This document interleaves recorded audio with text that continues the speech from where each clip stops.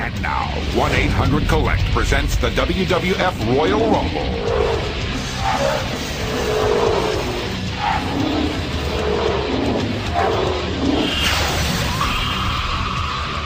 Bonjour, bienvenue à l'édition spéciale dans deux chaises de métal, le podcast de lutte animé par l'Encyclopédie de la lutte, moi-même TJ Holiday. La semaine passée, c'était Rumble 93. Cette semaine, Marc, on a quoi? Rumble 2001! Yes, sir! Bonjour en passant. Bonjour. Ça va bien? Ça va super bien, toi? Ça va super bien aussi. Chris, Rumble s'en vient, le vrai Rumble s'en vient bientôt. Mm-hmm. On a fait 93 la semaine passée, on fait 2001 cette semaine. La semaine prochaine, on fait 92. Puis après ça, c'est presque le temps du Rumble. 92 la semaine prochaine avec Alfredo. Oui, notre ami M. Christine Diano. Avant de passer au Rumble, moi, j'ai des petits. J'ai pas de gourou, notre commanditaire officiel. J'en ai pas avec moi cette semaine. Parfait. J'en ai pas avec moi, c'est parce que ils sont pas arrivés. Mais n'oubliez pas de Spotify. Mm-hmm. Nous suivons Spotify sur Apple Podcasts. Oui. Balado Québec, YouTube. On a besoin d'abonnés. Parlez-en à vos amis, mettez des pouces, des commentaires, écrivez. Parlez du show, on va vous répondre. On est là. On est là pour ça. Mais je dis, Là pour ça, gang. À la fin, quand je ne venais pas m'écœurer sur Facebook, là, c'est Ouais. pas littéralement. Là. Ah non, c'est juste un catchphrase. Là. Ouais, je trouvais rien. À l'époque, je trouvais rien, fait que j'ai trouvé ça. C'est ça, exactement. Fait que Rumble Season. Oui, Rumble Season, Rumble 2001 aujourd'hui. Mais moi, j'ai une question. Ben, vas-y donc. Est-ce que c'est le meilleur Rumble de tous les temps? Tu parles de Rumble match ou tu parles de l'événement Rumble? L'événement au complet. Il est dans le top. Il est dans le top. Il est dans le top, parfait. Ouais, top to bottom, là, c'est. Il y a peut-être un affaire là, que j'ai pas aimé, mais on va en venir tantôt. Là. On en reparle, ouais. Mais sinon, overall, là, oui, disons qu'il va y avoir une note très haute, je crois. J'ai hâte à la note, puis j'ai hâte à ton match préféré. J'ai l'impression qu'on va avoir le même match préféré. J'ai l'impression aussi. Ouais. Mais avant de se rendre là, on va parler du Rumble 2001 qui a eu lieu, c'était la 14e édition du Royal Rumble. Il a eu lieu le 21 janvier 2001 en direct du New Orleans Arena de New Orleans en Louisiane. Hey, hein? On est presque jour pour jour, 20 ans plus tard, à faire le review. Ouais, c'est ça, merci. Ça va voler mon spotlight. OK. Et avant le gala, il y avait un show avant, un genre de pre-show si on veut, mais avant, c'était pas le kick-off, c'était Sunday Night Heat. Et tout un match que j'ai regardé pour vous, messieurs. Regardez-les pas, ça vaut pas la peine. En tout cas, on va par équipe avec l'équipe de Lowdown, accompagnée de Tiger Ali Singh. En fond, c'était Lowdown, c'était D'Lo Brown et Chaz, l'ancien moche des Headbangers, qui affrontaient la magnifique équipe de Kaientai, Taka Michinoku et Funaki. Et le hook du match, c'était que l'équipe gagnante aurait un lutteur de leur choix dans le Rumble. Pourquoi tu dis que c'est dégueulasse? C'est correct, non? Ouais, c'est parce qu'elle a duré genre 2 minutes, puis c'était pratiquement un squash. Là. Ouais. Remporté par qui? Poser la question, c'est y répondre. Hein? Okay. Funaki et Taka. Exactement, oui. Non, malheureusement, c'est Lowdown qui a gagné. Donc, soit Chaz ou D'Lo Brown va être dans le Rumble. À suivre. Oui. Et comme d'habitude, les commentateurs de la soirée sont M. Jim Ross et Jerry the King Lawler, duo iconique des Attitude Era, évidemment. Et vidéo d'intro avec des images des participants du Rumble match de ce soir. Puis, en fond, le narrateur, il dit que le but ultime, c'est WrestleMania, mais Royal Rumble, c'est le début de la gloire. Alors, il y a beaucoup de lutteurs qui ont ça dans leur mire pour éventuellement gagner le championnat de la WWF. C'est un peu ça qui va setter l'année des lutteurs aussi. C'est un peu... si tu as un bon Rumble match, même si tu ne le gagnes pas, puis tu shines, un peu comme, mettons, son Ivo l'année passée, c'était Bianca Belair. Oui. Elle, par exemple, elle n'a pas shiné l'année d'après, mais elle aurait dû plus shiner que ça. Mais bon, booking is booking. Mais c'est souvent là que tu décides si c'est une bonne année ou pas à venir. Exactement. Fait que c'est ça. Après ça, on se transforme tout de suite vers le premier match de la soirée, match numéro 1.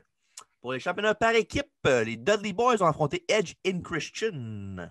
Classique des classiques. Oui, ça le look de Christian avec sa tuque noire et ses lunettes jaunes. C'était malade. Il est parfait.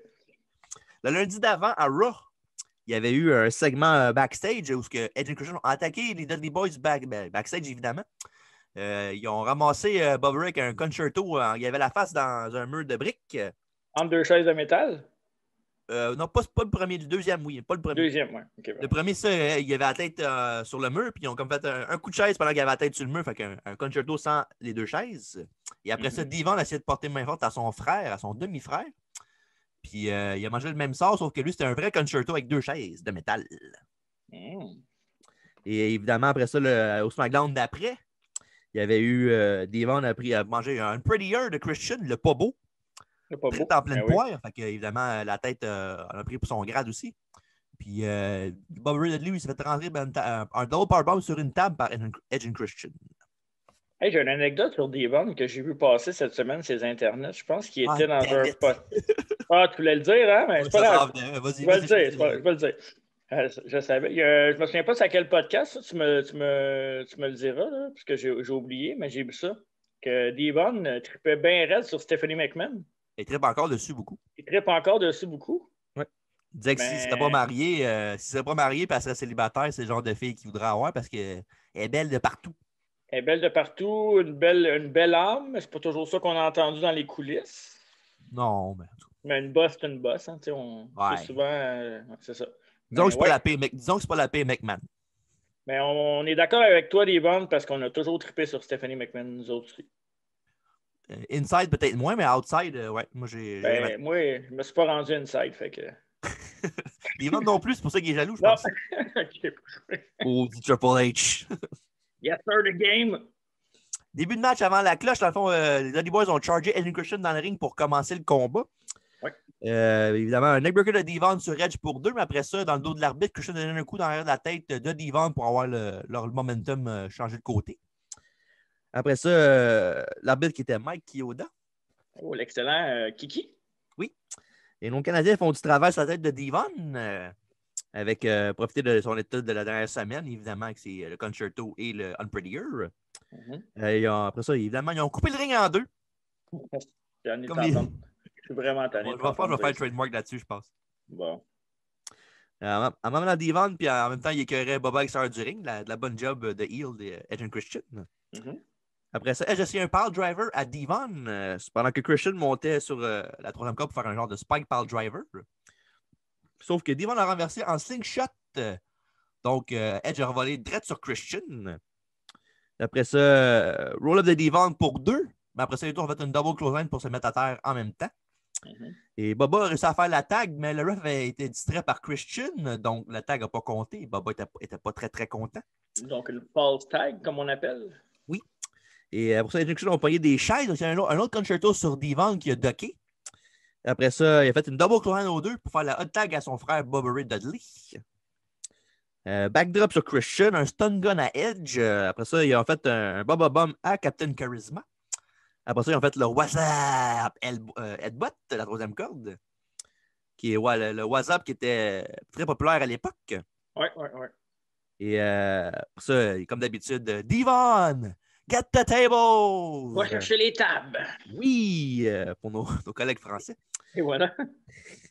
Et après ça, Edge a essayé de donner un coup de belt à Bob Ray qui a ducké, puis a fait un roll-up pour un autre compte de 2.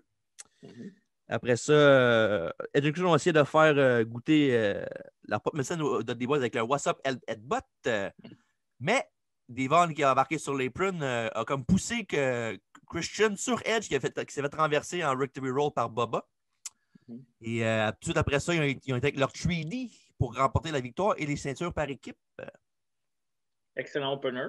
Ça, c'est classique, là. L'équipe de Hill qui pogne la hit tout le long de la feud. Puis à la fin, c'est eux autres qui mangent la volée et qui perdent les ceintures. Ouais, c'est vrai que toi, c'est ainsi, tu fais que chialer sur ça. C'est important, c'est ça le but d'un Hill dans la lutte. Hein?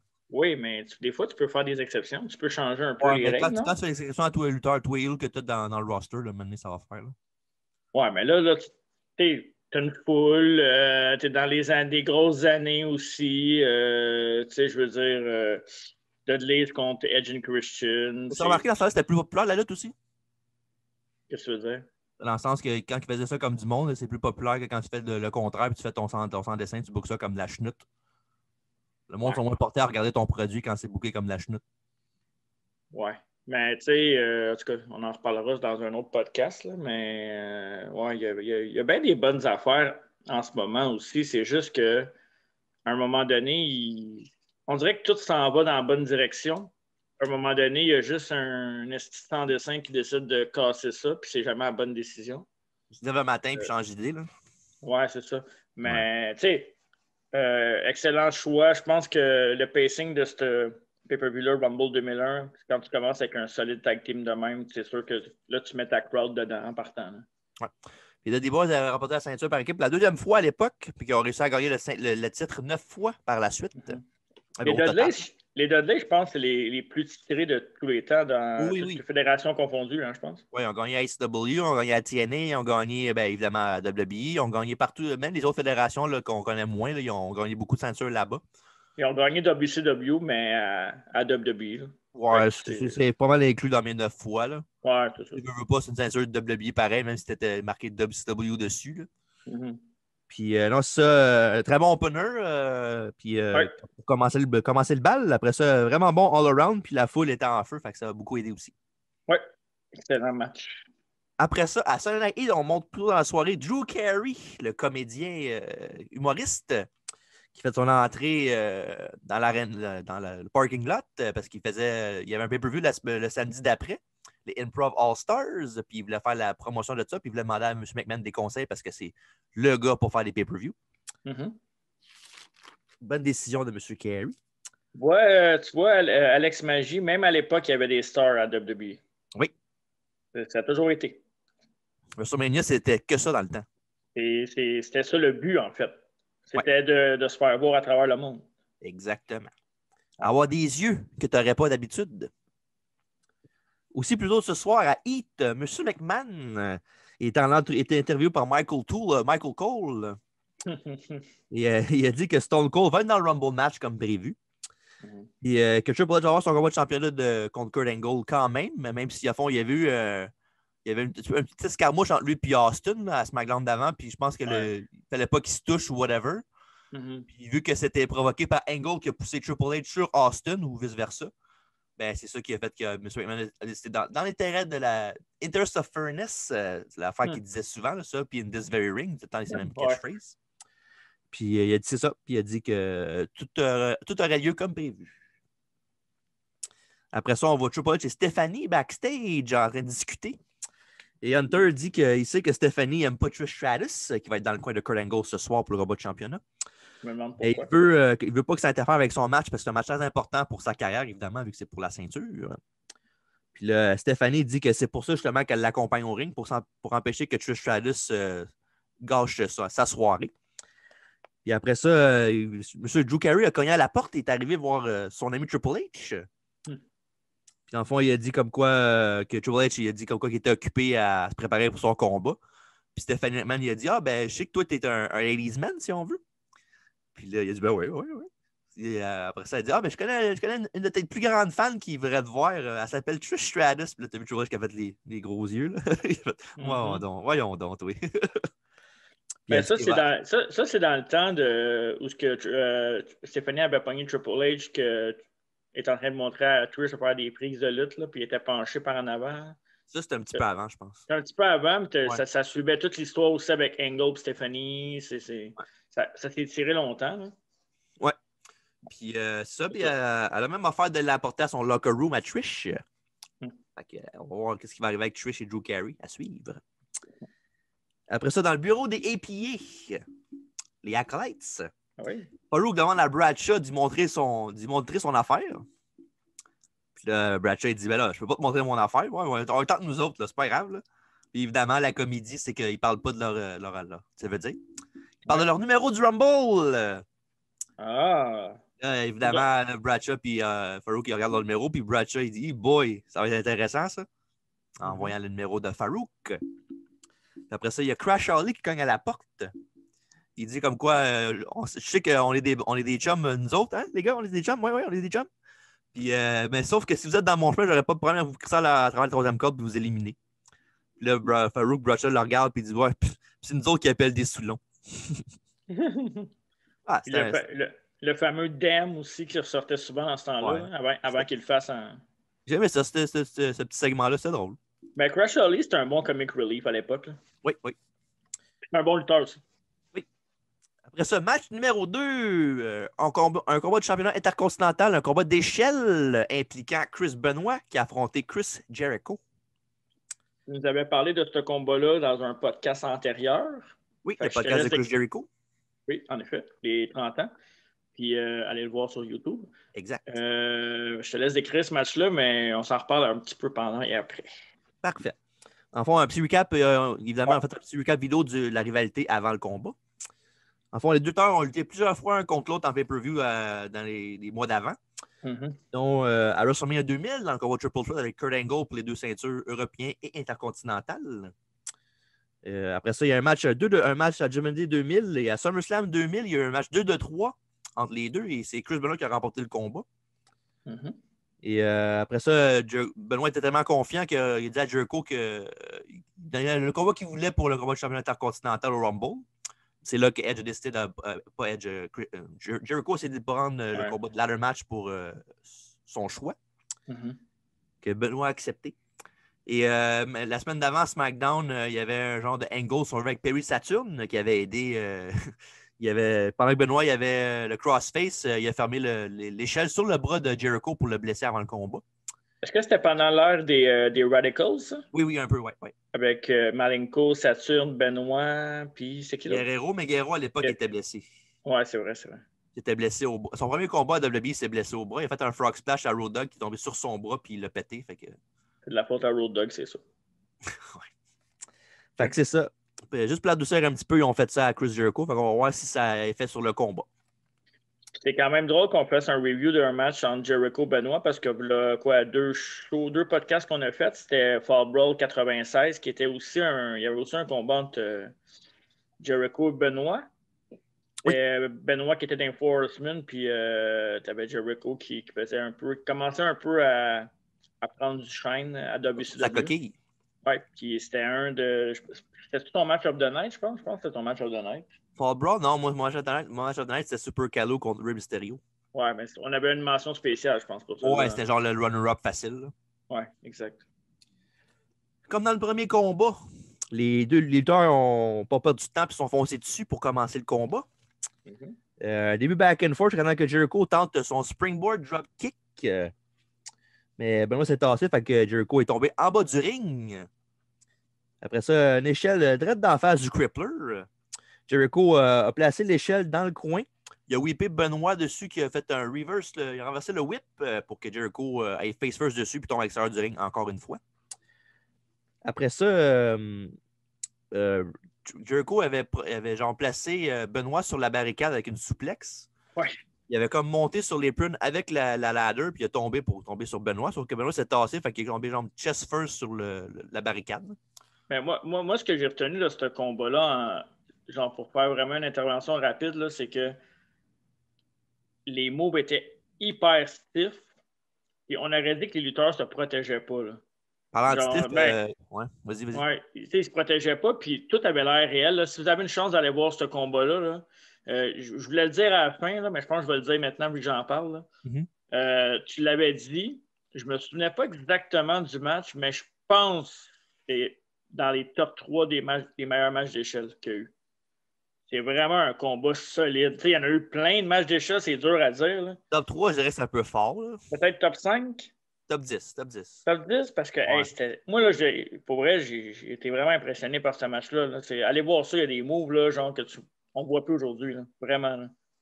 En même temps, c'est dur à dire aussi parce qu'il y a des affaires qu'aujourd'hui, les lutteurs font que dans le 10 ans, le 20 ans, ils ne faisaient pas ça. Là. Non, je sais, mais il y a des moves dangereux. Il y a de l'innovation dans ce match-là, pour vrai. Mais en même temps, c'est une marque de commerce de Jericho. Là. Ouais. C'est un gars qui innove tout le temps. Ouais. À l'époque, je dirais que c'est peut-être top 5 facilement, mais avec le temps, il y a d'autres matchs qui ont dépassé ça un peu, je trouve. Là. Ouais.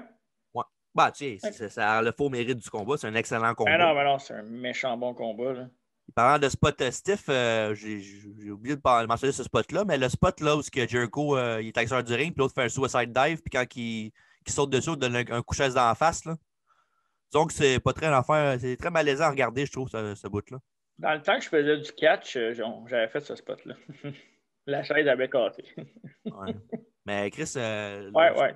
Avec ce qui est passé par après, là, les coups à la tête qu'il a mangé. Non, je peux dire ça 3/4 des lutteurs. Là. Le 3 quarts de lutteurs n'ont pas tué leur famille. Là. Non, je sais, mais les commotions, je parle. Les Ouais, coups mais qu'ils ont c'est ça, mangés. mais Là. c'est le seul que je cherche qui est arrivé à ce point-là. Là. Ouais, mais bon. Il y a un autre spot aussi dans le match que je vais dire tantôt qu'il n'a pas aidé non plus, en tout cas. Ouais. Fait que c'est ça. Après ça, Jericho il a mis Benoît sur l'échelle dans le coin du ring. Puis il a fait un Russian leg sweep de la 3e. Dans le fond, il avait comme pogné la jambe de Benoît dans l'échelle. Puis il a monté les deux sur la 3e corde. Puis il a juste droppé. Un beau spot quand même pour en 2 minutes. Après ça, Jericho a fait un slingshot dans l'échelle en face du Wolverine à la Joey Mercury. Sauf que lui, il n'a pas perdu son œil. Oui, qui avait eu en 2006 à Armageddon, un combat 4-way pour les semble par équipe avec London Kendrick, je pense que c'était Regal, puis Dave Taylor, puis les Hardy Boys. Puis évidemment, le slingshot, c'était le spot tout ce que le gars fait juste sauter l'échelle est sur les cordes, puis le gars il saute du 3e corde pour faire genre un slingshot dans la face du gars. Donc Mercury l'a eu direct dans l'œil. Fait que, Ça a changé sa carrière, mettons. Oui. Après ça, Jericho était sur la 3e corde. Il a lancé l'échelle sur Benoît qu'il faut l'attraper, puis il a fait un beau missile dropkick, un beau spot. Après ça, Jericho a monté dans le ladder. Oui. Mais Benoît l'a pogné en back suplex et l'a droppé en bas de l'arène. En fond, vraiment du ring jusqu'en bas. Là. Un autre spot qu'on ne voyait pas souvent à l'époque. Dans un autre spot iconique. Oui, il y avait Jericho qui était avec Benoît sur le top de l'échelle, puis pendant que Benoît voulait se sauver, puis Jericho il a pris les jambes, il a fait un genre de Walls of Jericho assisté de l'échelle. Oui. C'est comme un gros tarantula, si on veut. Oui. Puis non, ce spot-là, c'est vraiment le spot que tu penses le plus quand tu regardes quand tu penses à ce combat-là. Oui. C'est devenu un classique avec tous les ladder matchs de Jericho par après. Là. Ouais. Surtout dans les Money in the Bank, quand il était là, il le faisait souvent aussi. Oui. Comme j'ai dit, un très beau spot que vous voyez souvent les vidéos package aussi des combats d'échelle. Ouais. Après ça, Jericho reach pour la ceinture, sauf que Benoît, de son dos, pousse l'échelle avec ses pieds. Puis Jericho tombe en guillotine dans la 3e corde. À noter que les guillotines, là, quand ils tombent en bas de l'échelle dans ce combat-là, ils ne mettent pas beaucoup les pieds. Hein. C'est direct sur la corde. Là. C'est vraiment stiff. Là. C'est impressionnant pour vrai. Ouais. Après ça, Benoît va de crossface sur Jericho qui tape out, mais évidemment, il n'y a pas de tape out dans le match. Est-ce qu'ils sont cons, les lutteurs? À chaque fois que c'est tout le temps de même. Non, mais c'est pas dans ce sens-là, c'est correct dans le sens que genre il fait ça pour le mettre à terre plus, genre pour le fatiguer. Ouais, au moins il a pas essayé de faire un pin dans un Rumble. Macho Man? Ouais, ça, puis il n'y a pas mal à l'arbitre. Il tape out de sonne la cloche, sonne la cloche. En tout cas. Et après ça, Y2J, c'est une superplex top de l'échelle, sauf que Benoît l'a poussé avec des headbutts. Puis parlant d'headbutt, l'autre spot, très le fun à regarder.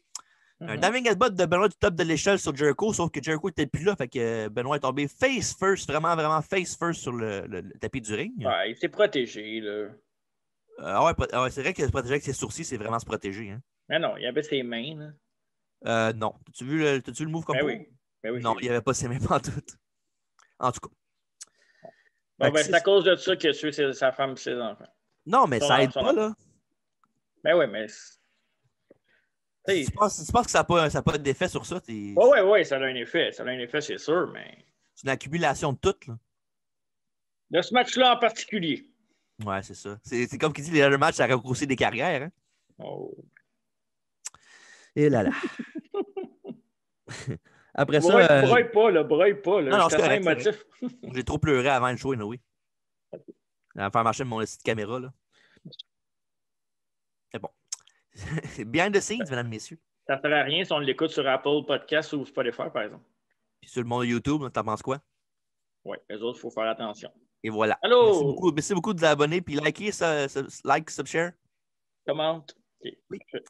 Après ça, mais évidemment, quand il était pogné, il avait pogné Benoît en dessous de l'échelle, vraiment, genre, il l'avait au chest. Oui. Donc, même Benoît était capable de se défaire quand même, puis pour lever l'échelle avec ses mains pour faire tomber en guillotine encore une fois Chris Jericho. Oui.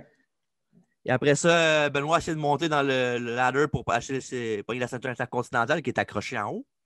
Puis Jericho, il a pris une chaise, il a donné 3-4 coups de chaise dans les reins pour le faire tomber du... Après ça, il a comme Benoît, il a comme donné un coup de pied à Jericho pour qu'il crisse patience. Sauf que sur le rebond, Monsieur Jericho a poussé l'échelle, puis Ouais. Benoît est tombé en guillotine, puis après ça, il est tombé vraiment en guillotine. Le dos droit sur l'apron, vraiment solide. Ça n'a pas dû faire mal. Ça n'a pas dû aider non plus pour le suicide puis la mort de sa famille. Hein? Par rapport, ça, c'était dans le dos, ça. Ah, OK, parfait. Ça compte pas, ça. C'est pas des jokes à faire. Ça fait des jokes. Fait que c'est ça, après cette manœuvre-là, Jericho a monté dans l'échelle pour prendre la ceinture intercontinentale et gagner le combat. Oui. Dans un 5 stars match. Oui. On peut le dire. Nouveau champion intercontinental, Chris Jericho. Bon, là, j'ai une question. On l'a déjà posée dans notre spécial sur Chris Benoit. Uh-huh. Auparavant. On a déjà répondu, mais depuis le temps, on a fait du millage. Il y a du nouveau monde qui nous suit, il y a du nouveau monde qui écoute le podcast. Est-ce que Chris Benoit mérite d'être dans le Hall of Fame pour sa carrière de lutteur? Oui. Donc, tu le mettrais dans le Hall of Fame? Oui. C'est une vraie question. C'est pas un débat, me semble. Oui, mais il a commis un meurtre. 2 meurtres, en fait. T'as dit Jericho, là. Non, j'ai dit Benoit. Ah, OK, j'ai compris Jericho, moi. Ah, Chris Benoit, non. Il irait pas dans l'Hall of Fame. Non? Ben non. Non? Même pas non. pour sa carrière, juste sa carrière de lutteur?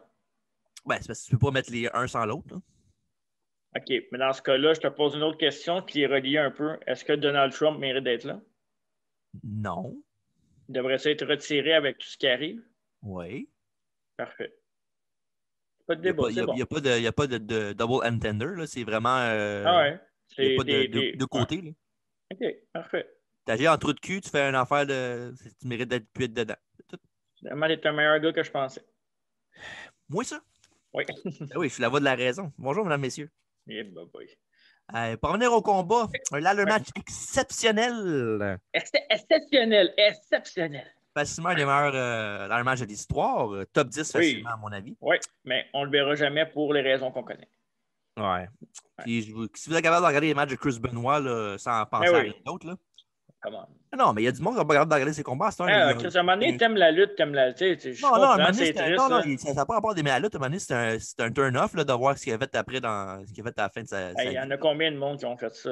Pas tuer du monde, mais il y a des scandales comme ça. Il y a combien de personnes s'entendent qui regardent la lutte? Penses-tu que tout le monde aime regarder les matchs de Chris Benoit? C'est impossible. Non, c'est sûr que c'est pas tout le monde le matin qui se lève comme c'est un match de Chris Benoit, mais il ne faut pas enlever au gars que c'était un des meilleurs de l'histoire. Là. Non, il ne faut pas y enlever non plus, mais je te dis qu'il y a du monde à cause de ça, c'est un turn-off. Il ne veut pas regarder rien de Chris Benoit. Ça se peut. Là. Donc, ils vont effacer l'histoire de la lutte à cause de ça.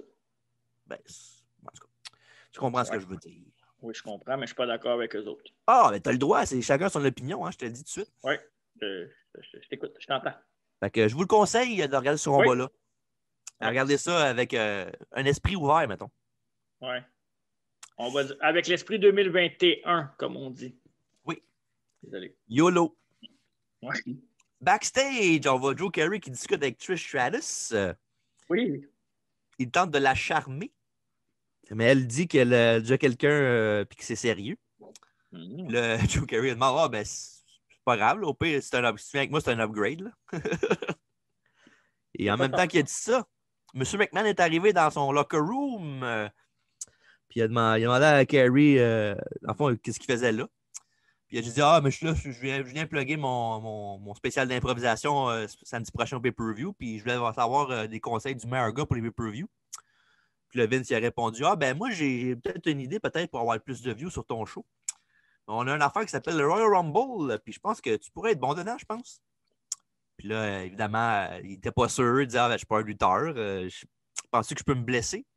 Puis il a dit non, nous autres, on est là pour avoir du fun dans la WWE, là, WWF. Là. On est là pour avoir du plaisir. Là. Mais regarde, je suis sûr que ça va impressionner Trish au bout de faire ça. Puis le Trish est là. Ben oui, ça va m'impressionner beaucoup tellement. Il faut du guts pour faire ça. Mm-hmm. Puis évidemment, Drew Carey en épais, il a accepté. Fait que c'est ça. Puis qu'il dit, pour terminer, Vince il a dit à Drew Carey que ça va être un très gros hit. Ça pogne dessus. Oui. Ça. Et voilà. Donc, tout après ça, on voit Chyna qui place ses elbow pads pendant que Billy Gunn, une chance d'elle va pas regarder ce show-là. The One. Oui, lui dit qu'il était inquiet pour elle. Puis que s'il n'est pas pour écouter lui, qu'elle écoute au moins ses docteurs. Ben oui. Puis Chyna, avec sa voix très déplaisante. Ben, c'est vrai, là. Moi, ça fait longtemps que je n'avais pas entendu sa voix, puis aussitôt que j'ai entendu ça, ça fait comme genre les. Tu sais, quand tu fais ça dans un tableau, là. Don't trick like a woman. Ouais, c'est ça. Like a man. J'ai pensé à l'intro de Dean Douglas quand j'ai entendu sa voix. Ça, c'est. Non. Ça, c'est Toi, un je manque pense de respect. Un manque de respect à une légende de la lutte, à une pionnière. pas grave, une voix désagréable pareil. Continue. Mais c'est ça que je vais faire. OK. Après ça, elle a dit que désolé, mais là, moi, elle s'en fout. Je m'en fous des docteurs. Moi, je n'ai pas le choix de le faire de continuer le combat avec ce qu'ils m'ont fait. Puis, tu as vu à SmackDown, j'ai été capable du casse à gueule solide sans effort. Fait que j'ai pas le choix. Faut que je fasse le match. Ouais. Toi, tu devrais peut-être te concentrer sur le 29 autres gars du Rumble match à la place. C'est exactement ça qu'il a fait avec une très belle performance. Ben là, il était dans 5 minutes. Ouais, mais les 5 minutes les plus importantes du match. Okay. Faut lui donner, il a glissé dans le ring comme un dieu. C'est vrai, mais c'est. Ouais. Maintenant, je me rappelle, un match de Billy Gunn, il a fait un run-in. Ouais. Il a runné le ring au complet en glissant. Je capotais. Interview time avec Michael Cole et Chris Jericho. Qui t'a dit? Michael Toole. Ok, merci. Et Michael il a demandé comment il se sentait. Tu sais, comme quoi les questions de backstage interviewer n'ont pas changé depuis 20 ans. Là. Toujours aussi stupide. Mm-hmm. Puis Jericho dit comment tu penses que je me sens? C'est une question niaiseuse, ça.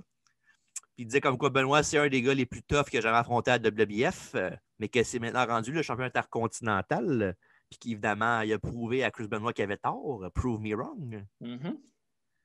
Et après ça, on se transporte tout de suite au match numéro 3 pour le championnat féminin de la WWF. Chyna qui a affronté du Right to Censor, Ivory.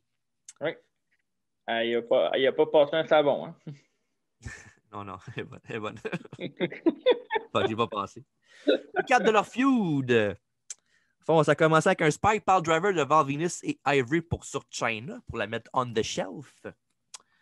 Et après ça, elle avait un carcan dans le cou parce qu'il était vraiment blessé au cou gravement. Ouais. Elle avait fait une entrevue avec JR vraiment sérieuse, si on veut, même si en fond, c'est une kayfabe injury. Là. Ouais. Puis il disait comme quoi les docteurs, son MRI, ont donné 2 choix. Soit qu'elle se faisait opérer et qu'elle ne luttait plus jamais de sa vie. Mm-hmm. Ou bien que. Soit une opération puis elle arrêtait de lutter ou juste arrêter de lutter tout court. Ouais. Mais toi, tu aurais aimé ça qu'elle se fasse opérer parce qu'elle aurait pu modifier sa voix, j'imagine, c'est ça? Les cordes vocales, oui, c'est ça. Oui, exact. Mais en même temps, je dis ça, c'est peut-être parce que au début, ça a fait ça. Peut-être qu'après ça, je me suis habitué. Oui, mais tu t'es habitué dans le temps qu'elle a posé pour Playboy, par contre. Ben, j'étais jeune. Là. C'est ça. N'importe quel diva de la lutte posait sur Playboy, moi, j'achète. Oui, on le sait. C'était tous tes friends, hein?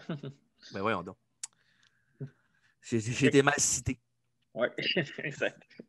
Et justement, après, ils ont même fait Ivory et Valence ont fait un spoof de ouais, c'était cool, ça. Oui, avec JR qui était imité par Val Venis puis Ivory qui imitait Chyna avec son carcan. Il était vraiment drôle là-dessus. DX Styles aussi, un peu. Là. Oui. Okay. C'était vraiment drôle. Là, puis, c'était bien fait. Et après ça, Ivory a dit que Chyna ne reviendrait pas parce qu'elle a peur d'elle. Puis qu'elle est tellement confiante qu'elle ne reviendra pas qu'elle met sa ceinture en jeu au Rumble contre Chyna. Mm-hmm. Évidemment, en pensant que Chyna n'est pas capable de lutter pour un bout, ben, elle a eu la surprise de sa vie quand Chyna est arrivé pour il casser une volée, puis il cassait la gueule, puis c'est une volée. Puis même en n'étant pas à 100%, ben, il y a des grosses chances qu'elle batte. Oui. Fait que c'est ça. En fond, le match dure genre 3 minutes, puis c'est genre un squash. Jusqu'à temps que Chyna fait son handspring elbow, puis que après le coup, elle tombe face first, puis avant son coup. Mm-hmm. C'est comme Jerry le neck, si on veut. Elle a eu combien pour ça? Qu'est-ce que tu veux dire? Avant son coup. Ouais, je sais pas, au moins une coupe de pièces certain. Désolé, là, je suis un comic relief. Ouais, c'est ça. Oui, fais ça d'habitude. Et après ça, Chyna était incapacitée. Oui.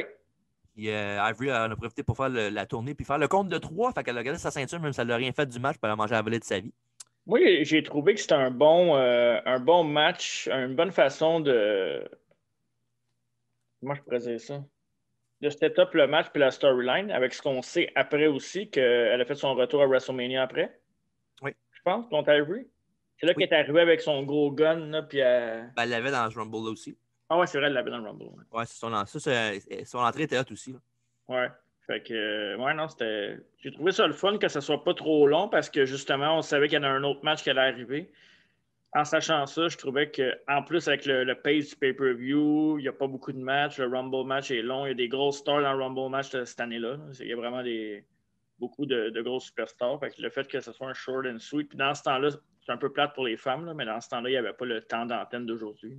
Ah oui, il y a des grosses stars. Même Chaz Lowdown va être dedans. C'est ça. Après ça, on voit Jerry Lawler qui quitte son poste de commentateur pour aller voir China. Évidemment. Hein, Jerry et les femmes. Ouais, des officiels EMTs, referees down, comme dirait Michael Cole. Puis Billy Gunn aussi qui est arrivé en glissant dans le ring comme d'habitude. Sauf que là, il ne s'est pas rendu l'autre bord. Non, c'est une glissade molle. Mais là, dans ce temps-là, Billy Gunn, là, il n'y avait plus de DX dans ce temps-là, anyways. Là. Non, c'était vraiment les deux seuls qui restaient là. Qui restaient ensemble, hein, c'est ça? Il était-tu un couple à l'écran ou c'était juste des friends? Ils étaient les deux, mettons. OK. C'était pas. Ça s'est jamais développé par après, je pense, ce storyline. Non, je pense pas. Non, hein? Okay. Heureusement. Oui. Puis c'est ça. Ils ont été chercher la civière, ils l'ont placé dessus. Puis la paralysie, hein, c'est le fun à faire des storylines là-dessus. Pas. Puis c'est pas mal plus un autre chapitre pour leur rivalité, comme tu parles pour. WrestleMania X7. Oui, comme tu as dit tantôt, WrestleMania X7, ils vont s'affronter. Un match que Chandler va gagner haut la main. Oh oui. Et fait que c'est ça. Ouais. Moi, tout est correct pour ce match-là. Il y a eu la job qu'il était supposé d'avoir. Ouais. Correct. Et après ça, on va à Stephanie McMahon qui est backstage, qui va demander à la coiffeuse d'arranger une bob épine. Pas la chanson, là. Non, Plume n'était pas là. Okay. Puis Jen est occupée avec Trish Stratus qui était là. Puis Trish, elle a dit arrange la bob épine, tu as besoin de plus d'aide que moi. Oh. Puis après ça, elle dit comme quoi, Stéphanie m'a dit de ne pas se mêler du combat de Triple H. Puis elle dit comme quoi, je pense pas que je vais me mêler de Triple H parce que j'ai d'autres affaires à me mêler avant de mêler à Triple H. Impliquant. Voilà. Et voilà qui. Après ça, on voit Harvey Whippleman qui donne à Drew Carey son gear du Rumble match. Puis après ça, il y a Kane qui passe à côté. Puis là, Drew Carey dit avec une voix basse, ça c'est le Goofy avec un masque. Là. La foule fait oh! Puis là, après ça, il voit Kane dire je suis un lutteur à cette heure. Là, il veut lui serrer la main, puis Kane il s'en va. Puis... c'est cool que tu en parles. Justement, il y a une histoire qui est sortie sur lui, hein, Harvey Whippleman, cette semaine. Tu as vu avec Dwayne Johnson? Ouais, le Dwayne Johnson de Rock qui a donné une voiture à Harvey Whippleman parce qu'il s'occupait de lui quand il était plus jeune dans sa carrière, si on veut. Ouais. C'est vraiment cool de voir ça. The Rock il fait souvent ça, les enfants. Il avait fait ça il y a pas longtemps avec Aku, je pense aussi. Pour vrai? Ouais, il avait donné le même genre de truck, je pense qu'il avait donné ça à Aku aussi. Dans le fond, il y a une commandite puis il ne paye pas. Là. Ouais, je pense que The Rock peut s'y payer même s'il n'est pas de commandite. Ouais, je sais. C'est l'acteur le mieux payé d'Hollywood, mais j'ai trouvé ça cool que le gars était ému. Là. Fait que, ouais, c'est ça. C'est vraiment un beau geste de la part de Dwayne. Ouais. Puis ça, pour revenir à Drew Carey, ça, il est dans le Rumble match. Puis là, Kane, je voudrais pas être tout seul en ring avec lui. Moi. Je souhaite pas. Ouais. Après ça, on a Lowdown et Tiger Ali Singh qui discutent pour savoir qui va être dans le Rumble match. Évidemment, ils ne s'entendent pas savoir c'est qui. Sauf que c'est drôle, moi, mon choix aurait été fait bien assez vite. T'aurais pris Chast aussi, hein? Non, j'aurais pris Tiger Allison. Come on. Pas mal moche que tu dis là. Puis M. McMahon arrive après ça. Puis il dit comme quoi, je vais arranger votre décision plus facile, là, monsieur Singh. Il n'y a aucun de vos gars qui va être dans le Rumble. Puis les deux autres sont là. Encore une fois, on se fait tout le temps fourrer. Puis tout. Puis là, Tiger Singh est là, il dit monsieur McMahon, si je peux me permettre, c'est qui la superstar extraordinaire que vous voulez prendre la place de mes gars avec? Puis là, il dit Drew Carey. Puis là, Tiger Singh est là, il dit Drew Curry. C'est qui ça, Drew Curry? Puis là, M. McMahon le regarde avec des gros yeux, il fait c'est qui est épais. Puis il s'en va. Ils ont eu beaucoup de temps d'antenne dans ce Rumble-là. Oui. Fait que malheureusement, Ed Banger Mosh ne pourra pas headliner WrestleMania. Ça va dans le Rumble. Ça, il y avait des chances en plus. Moi, avec, j'étais déçu. J'étais sûr qu'elle allait gagner. Ouais. Après ça, à WF New York, ils ont fait un genre de sondage, si on veut, avec du monde pour savoir qui gagnerait entre Triple H et Kurt Angle ce soir. Et selon, c'est quoi, c'est sondage Belair, Samson Belair? Belair et touche. Oui, c'est ça. Sondé par eux autres. Oui, et compte final, Triple H 5 et Kurt Angle 3. Oh. Après ça, on voit Hunter qui est backstage, j'ai regardé le miroir en faisant des bruits. Il respirait très fort puis il faisait des bruits. Donc, c'était pas nécessaire. Là. Non. Surtout avec pas de musique pas de petite musique en arrière, juste lui qui fait ses respires puis qui regarde le miroir. Là. Ben, il y a toujours eu un beau respect. Là. Moi, je suis un fan de Triple H. Fait que... Ouais, toi, je sais que tu es un fan de Triple H. T'es juste jaloux. Ben, plug donc pas pendant je prends une gorgée. Oui, vas-y, bois. Bois avec la compétition. Bois un Monster. Oui, mais bois un Monster pendant qu'on est commandité par Gourou, la boisson officielle d'Occupation Double. Tu ne les as pas envoyés. Deux chaises de métal. Hein? Tu ne les as pas envoyés. Le chèque est dans le mal. C'est pas un chèque, c'est des bouteilles. Ah, OK. C'est bon, c'est pour ça que tu les as pas reçus. Ouais, ça doit être pour ça. Ouais. Match numéro 4 pour le championnat WBF, pardon. Kurt Angle, champion avec Trish Stratus dans son coin, va affronter Triple H avec, évidemment, Stephanie McMahon dans son coin à lui. Et on fait un recap de la storyline, encore une fois. Hunter avait dit à Angle que la seule raison pourquoi il était champion du monde, c'est que Triple H il laissait faire. Puis Angle avait déclaré qu'il n'avait aucun problème à affronter Triple H, mais qu'il avait un problème avec affronter la famille McMahon. Il ne voulait pas les avoir comme ennemis. Fait qu'il a pris The Next Big Thing, pas Brock Lesnar. Il a pris Trish Stratus pour l'accompagner dans son coin. Et après ça, M. McMahon, évidemment, il n'était pas content que Trish soit avec Kurt Angle. Puis là, évidemment, Trish a dit « Ah ben, t'as raison, j'étais une mauvaise fille, peut-être que je mérite une fessée. » Tu sais, Vince McMahon, il a un bel job, hein? À l'époque, ouais, à Star, tu peux plus faire ça. Non. Et disons que dans le temps, il y a pas mal toutes les belles divas, mettons, qu'il y a eu de quoi à faire avec. Là. Tori Wilson, Stacy Kibler. Ouais, remarque, je dis ça de même, là, je dis ça comme ça. Mais si j'aurais ma propre fédération à moi, peut-être que je le ferais aussi.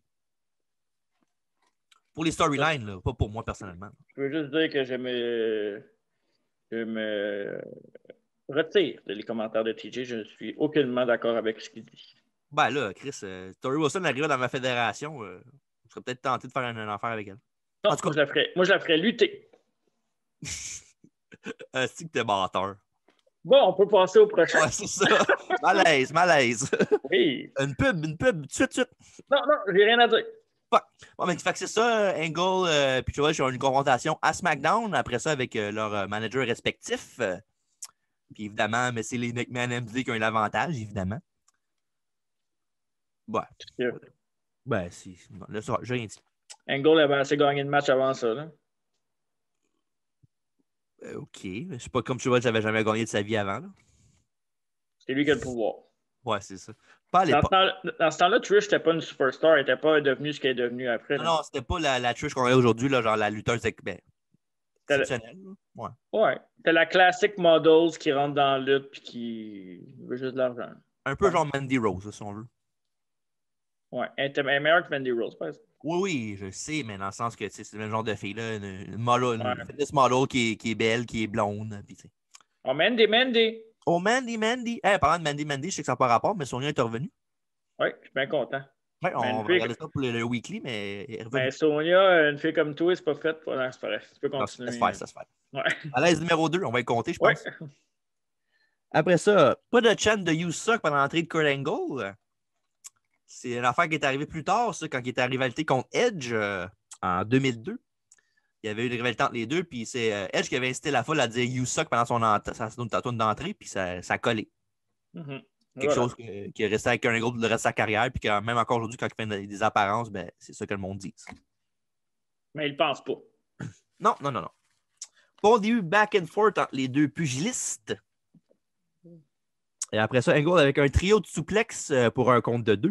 Ça, il y a un brawl à l'extérieur du ring, puis Triple H a pris l'avantage en lançant Angle d'un barricade 2-3 fois. Après ça, il va au travail sur la jambe de Angle. Le match change de bord quand Angle whip Hunter dans le coin puis prend son bump là, inside out. Là. Mm-hmm. Un bump qui s'est blessé récemment avec. Ouais, il s'est déchiré le pectoral. Son dernier match, en plus, je pense, qu'il a fait. Oui, en effet, oui. Puis c'est ça, un bump un peu comme son ami Frey aussi, là, Sean. Ouais. Ben, pas le même genre de truc, on se comprend dans le sens le théâtral du move. Là. Ouais.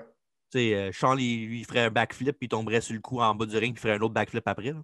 Il se blesserait pas, par contre. C'est vrai. Après ça, Stephanie a distrait Earl Hebner, l'arbitre, pendant que Triple H a donné un coup de chaise sur le genou de Kurt Angle dans le dos du ref, évidemment. Après ça, un Indian Deathlock de Triple H sur Angle, une soumission que Triple H faisait souvent, qu'on voit plus de nos jours. Et après ça, un Figure 4. Sauf que pendant ce temps, le Figure 4, il y a Trish qui a embarqué un peu dans le ring pour aider Kurt Angle, sauf que Stephanie l'a enlevé du match. L'a emmené en bas du ring, puis Trish a fait une slap à Stephanie qui ne l'a pas vendu. Évidemment, Trish a mangé une slap, puis elle l'a vendu, hein, évidemment. Ben oui. Parce que Robocop, McMahon ne peut pas manger de shot puis avoir l'air vulnérable un peu. Ouais, mais l'autre, c'est une model, puis l'autre, elle vient d'une famille de lutte. Là, tu sais. Ouais, puis. Ben, c'est ça. Elle est habituée d'en manger des claques. L'autre, c'est une fitness model qui fait plus de musculature que l'autre. Elle aurait plus symbolique d'autres choses. Hein. Fitness model, en tout cas. Bref. Tu sais ce que j'en pense, hein? Non. Malaise numéro 4, on peut aller au prochain. Là, c'est toi qui as commencé, là. Je sais. Puis, après ça, les deux se sont battus. Ça a des commentateurs espagnols, Hugo Ocho puis Carlos Dos. Puis, après ça, bien sûr, M. Vince McMahon est arrivé pour les séparer les deux. Puis, disons que ça n'a pas été fructueux au début. Comme ça, il a pris Trish dans ses bras puis il l'a apporté sur son épaule backstage. Sauf que Stephanie les a suivis puis elle a fait tomber Trish quand en même temps fait tomber Vince. Puis après ça, Vince a été capable de amener backstage les deux avec chacun un bras de distance les deux. Il a pris leurs 2 mètres. Ça, c'est toute une storyline aussi qui a mené justement au Road to WrestleMania pour après. Oui. J'ai pu là-dessus plus tard. Ben là, pourquoi plus tard? On en parle là. OK. Là, ben, regarde, les deux, après ça, les deux, il y a un match à No Way Out 2001. Un match qui était excellent. Je ne sais même pas des jokes que je fais. Ah, il était bon. Oui, c'était un très bon match entre les deux. Pour une fille qui n'avait pas. Pour une McMahon qui s'est limitée, puis je sais qu'il était limité dans ce temps-là aussi. C'était un excellent combat. Oui. Puis c'est ça. Les deux vont s'affronter contre. Puis vers la fin de Road to WrestleMania, Trish s'est fait dumper par Vince McMahon. Évidemment, fait que là, après ça, à WrestleMania X7, il y avait Vince contre Shane. Et c'est là que Trish a fait son face turn officiel en slappant M. McMahon et en chassant Stephanie du match. Avec Linda McMahon dans la chaise roulante. Oui. Ça, I want a divorce. I want a divorce. Après ça, ils finissent par s'en aller. C'est pas comme s'il y avait un combat de championnat mondial dans le ring. Non, c'est ça. Hein? Les deux, après ça, se rendent. Non, c'est la fin de Noël que je m'en allais leur dire encore. Ben, tu vois. Oui, quand tu on était rendu là, le lien. Asti, le lien, je suis là pour ça. Laisse-moi les liens. Ben, j'avais pas fini. Tu m'as tout scrappé mon texte. Ben, fais-en pas de texte, Chris. Ben là, Chris, j'ai pas le choix. Il faut que j'informe les auditeurs.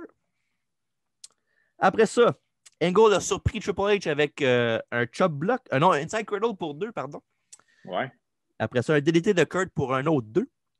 Un autre near fall avec un German suplex avec un bridge, avec un pont. Oui. Et après ça, Angle a monté pour un moonsault, mais Hunter il a fait un low blow pendant que le ref Earl Hebner regardait ailleurs parce que Triple H, même ça fait 10 ans qu'il lutte, il est pas capable de distraire l'arbitre 2 secondes pour faire un low blow. Fait que il a fallu que Hebner fasse sa job tout seul.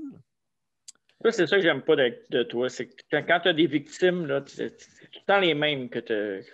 Orton, Triple H. Puis c'est tous les gars que j'aime en plus. Fait que non, mais quand t'es pour faire un spot de low blow, puis que le ref il te regarde, là, tu fais de quoi avant, me semble? Non, me semble que c'est évident.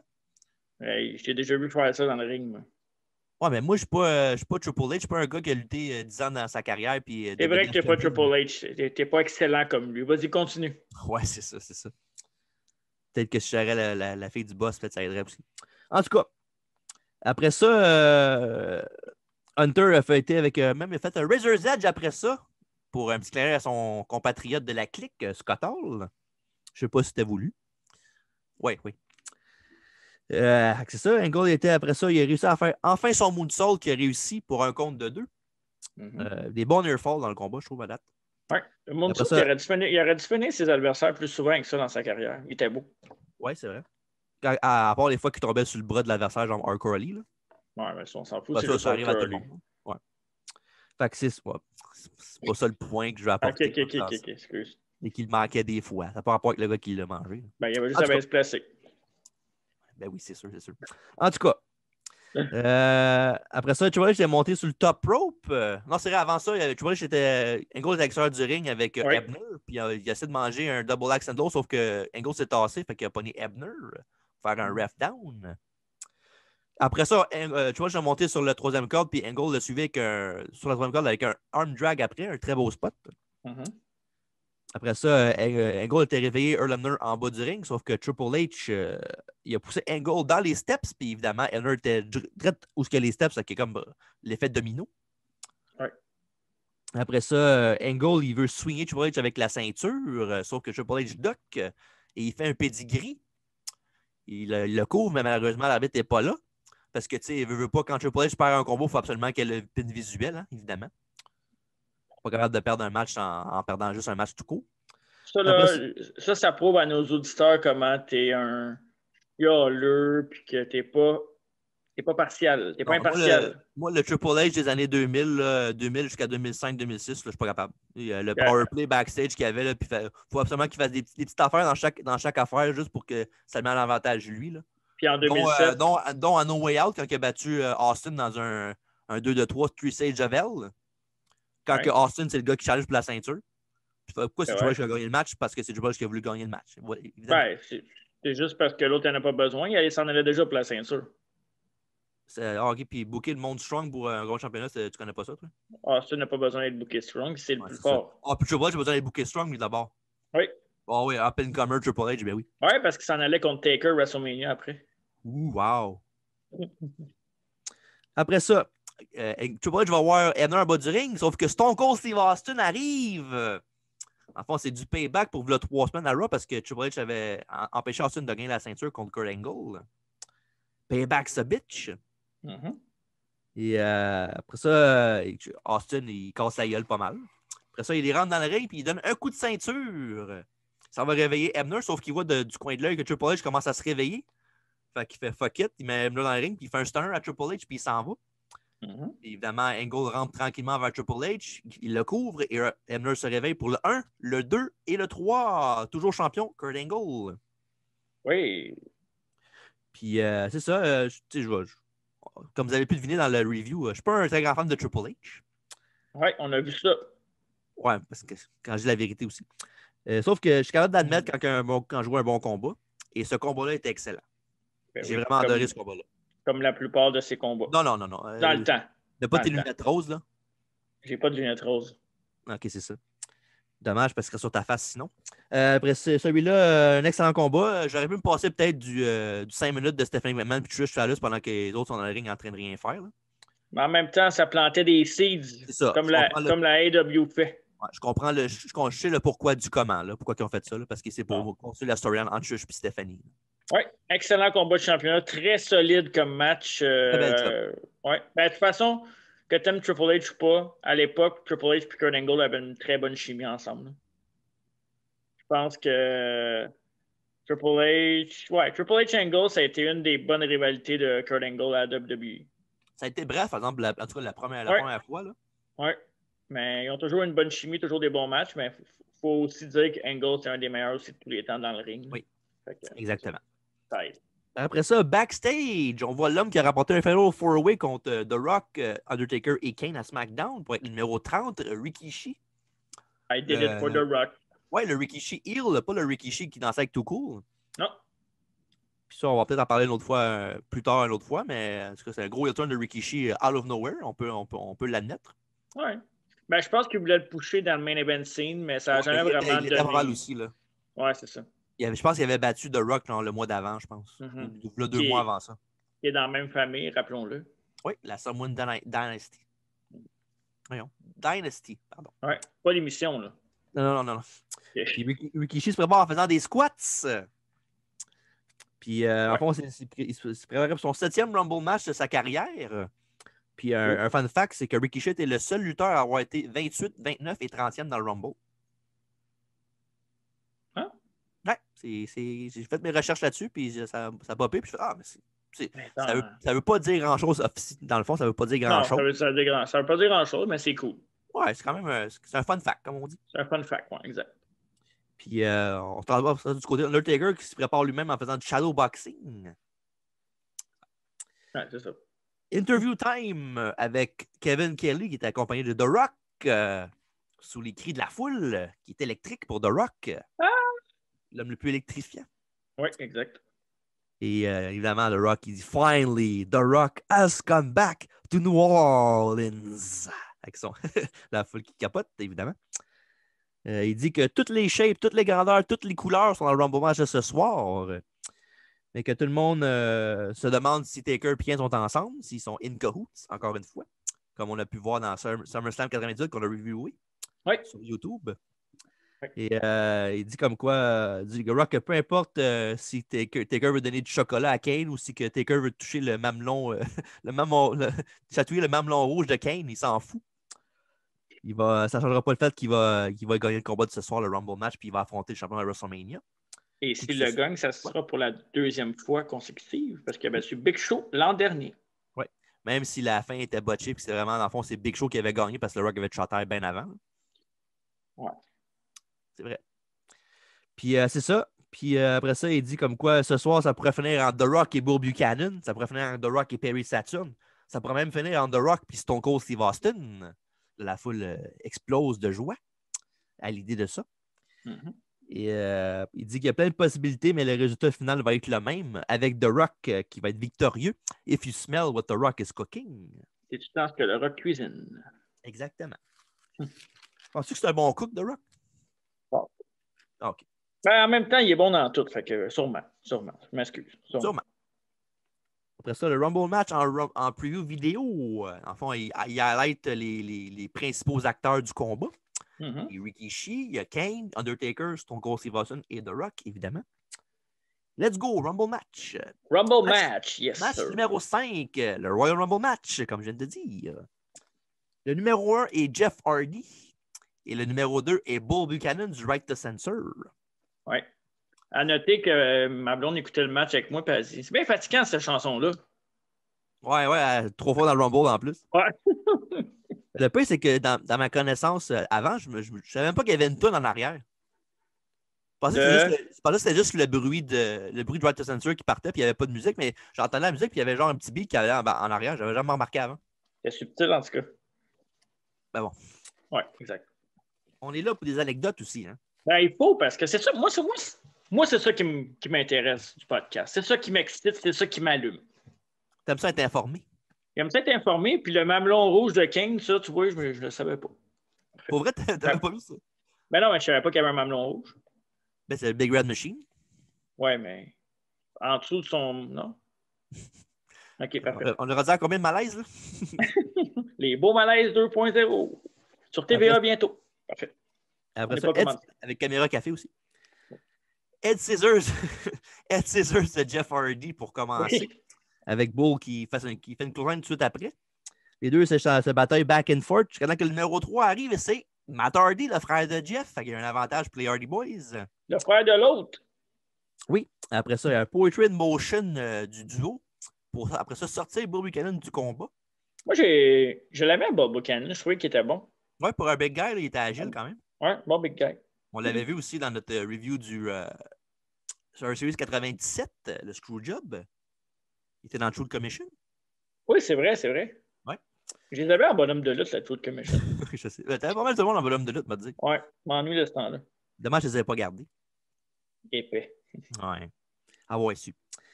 Et après ça, oui, attendre que l'autre arrive pour avoir l'avantage, ben, ils se battent un contre l'autre. Pas la décision la plus sage quand tu. En tout cas. Kayfabe, en tout cas, c'est pas très sage comme décision. Every man for himself. Ouais, mais tu sais, quand t'as ton frère qui est dans rien avec toi, t'attends juste les autres gars avant de les éliminer. On va voir un exemple parfait de ça tantôt. Ouais.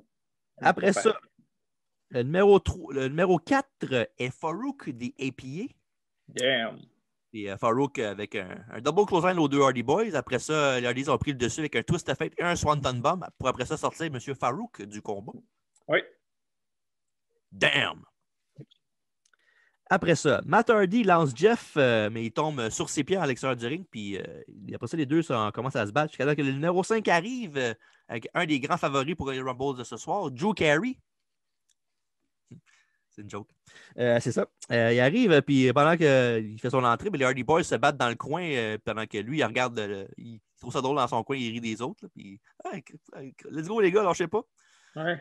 Les Hardys sont éliminés eux-mêmes après ça. Fait que M. Carey, tout ça dans le ring, puis là, puis genre, Lawler disait, t'imagines si le Rumble serait fini, il gagnerait le Rumble, puis il irait à WrestleMania.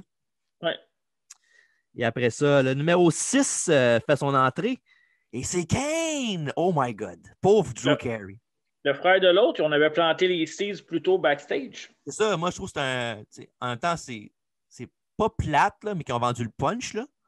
Mais au début, tu ne le sais pas non plus. Quand tu vois Carey, tu fais ah, OK, c'est pour ça. Ouais. On payoff s'en doutait, là. Ouais, le payoff était nice quand même. Ouais. Moi, le 6e participant, c'est Kane, comme tu viens de le dire, là, qui est aussi moi, c'est mon MVP du match. Là. Kane, c'est vraiment le MVP, puis c'est là qu'il avait fracassé le record d'élimination, je pense, si je me trompe. Je pense qu'il y en avait quoi, 10? Oui, je me trompe pas. Qui était battu par Reigns, qui avait eu 11. Qui a été battu par Brock aussi. Puis Strowman avec 12. Ouais, Braun Strowman, lui, il avait l'avantage d'avoir 10 gars de plus dans le Rumble aussi. Là. True. Quand même. Ça reste un accomplissement quand même. Ben oui. Après ça, Drew Carey, qui sait qu'il est dans la merde, il demande aux Hardy Boys de revenir. Après ça, il veut serrer la main de Kane qui le regarde avec son fameux look comme ça, la tête de côté de même. Puis après ça, il y a même de l'argent à Kane qui refuse jusqu'à temps que le numéro 7 arrive et c'est le champion actuel hardcore, Raven, qui vient sauver Carey avec un coup de kendo stick dans le dos de Kane, qui a no-sellé, évidemment. Et pendant que Kane s'occupe de Raven, Drew Carey s'élimine lui-même du Rumble match pour s'en aller en un morceau. Et là, c'est une autre partie du Rumble qui commence, la partie hardcore. Exactement, c'est ça que j'ai mon prochain point, merci. De rien. Et après ça, Raven, il a parti l'inspecteur d'en face de Kane. Oui. Puis après ça, il a sorti des objets en bas du ring quand Al Snow est venu l'attaquer. Al Snow qui faisait son retour après une couple de semaines quand Raven lui-même l'avait attaqué pour le blesser. Mm-hmm. C'est un peu son payback, si on veut. Payback. Puis après ça, il est arrivé avant son cue, dans le fond, parce que le numéro 8, c'est lui, Al Snow. Mm-hmm. Puis qui est officiellement dans le Rumble. Puis c'est maintenant rendu un hardcore Rumble, comme tu as dit il y a quelques secondes. Oui. Et Snow avec sa boule de quille qui donne un coup dans le ventre de Kane, puis pour ça qu'il fait un abat entre les jambes de Raven aussi. Très beau spot quand même. C'était quand même une bonne idée. C'était original comme concept. Là, tu parles de l'affaire du Rumble ou l'affaire de la boule de quille? Non, ben la boule de quille aussi, mais je parle plus du truc hardcore, là, d'emmener ça, puis si vous suivez le Road to WrestleMania après, ça fait du sens aussi. Ouais. Tu sais, c'est un bout... ça coupe le Rumble ça coupe le ring en deux. Ouais, ça coupe le bout de sérieux du Rumble un peu de comédie, si on veut. Mm-hmm. Puis non, c'est ça, c'est fun de voir ça aussi. Tu sais, quand il y a des lutteurs qui n'ont pas de chance de gagner, tu sais, de leur faire quelque chose de pas pire. Donner un petit nanan, si on veut. Oui, exact. Après ça, Arsenal et Raven ont uni leurs forces pour s'attaquer à Kane. Ils ont même fait un drop to hole en duo sur une poubelle. Mm-hmm. Après ça, le numéro 9 est accompagné de Terry Runnels, c'est Perry Saturn des Radicals. Ouais. Un des choix de The Rock. Oui, évidemment. Et les trois sont sur Kane, puis qui tient son bout jusqu'à temps que. Je pense que Arsenal est en sleeper sur. Raven est en sleeper sur Kane pendant que Arsenal donnait des coups de poubelle, puis l'autre donnait des chop blocks. Mm-hmm. À un moment donné, Kane a tombé, évidemment. C'est beau être Kane, mais à un moment donné, quand tu as trois gars qui te farcent juste avec des coups d'objets puis des coups d'injambes, à un moment donné, tu vas tomber. Exact. Pendant d'Hardcore, numéro 10 est Steve Blackman de Lethal Weapon, avec une des meilleures tonnes d'entrée de l'histoire. Et il arrive avec ses bâtons de bois. C'est nunchaku. Mm-hmm. Comme dirait mon père, des nunchaku. Ben oui. Ton père, il était capable d'en faire des. Oui, pour vrai, oui. Je me souviens. Ouais. Ouais, c'est ça. C'est juste ça. Well, c'est ça. C'est mieux que bien du monde. Ouais, c'est sûr et certain, ça. Après ça, il s'en est pris à Raven et Alpha avec les bâtons. Et après ça, le numéro 11 est arrivé, c'était Grandmaster Sexay de Tout Cool. Quand il a vu ça, Driller était bien content de voir Grandmaster Sexay dans le Rumble, évidemment. C'est son garçon. Oui, Grandmaster Sexy qui est décédé il y a quelques mois, années même. Quelques années, ouais. Quelques années, oui. En prison. Là, après ça, après son arrivée, 15 était écœuré. Après ça, il a pris la poubelle, il a donné des coups à tout le monde. Il a frappé Sexy qui a volé à l'extérieur du ring pour se faire éliminer. Après ça, il a lancé Blackman qui avait essayé de skin de cat, comme Shawn Michaels, mais il a reçu un coup de top de poubelle sur la tête. Il a abandonné le projet. C'est assez solide en plus. Oui. Après ça, Al Snow, Raven et Saturn ont été éliminés back-to-back par Kane. Quand le numéro 12 arrive, c'est Honky Tonk Man. Surprise!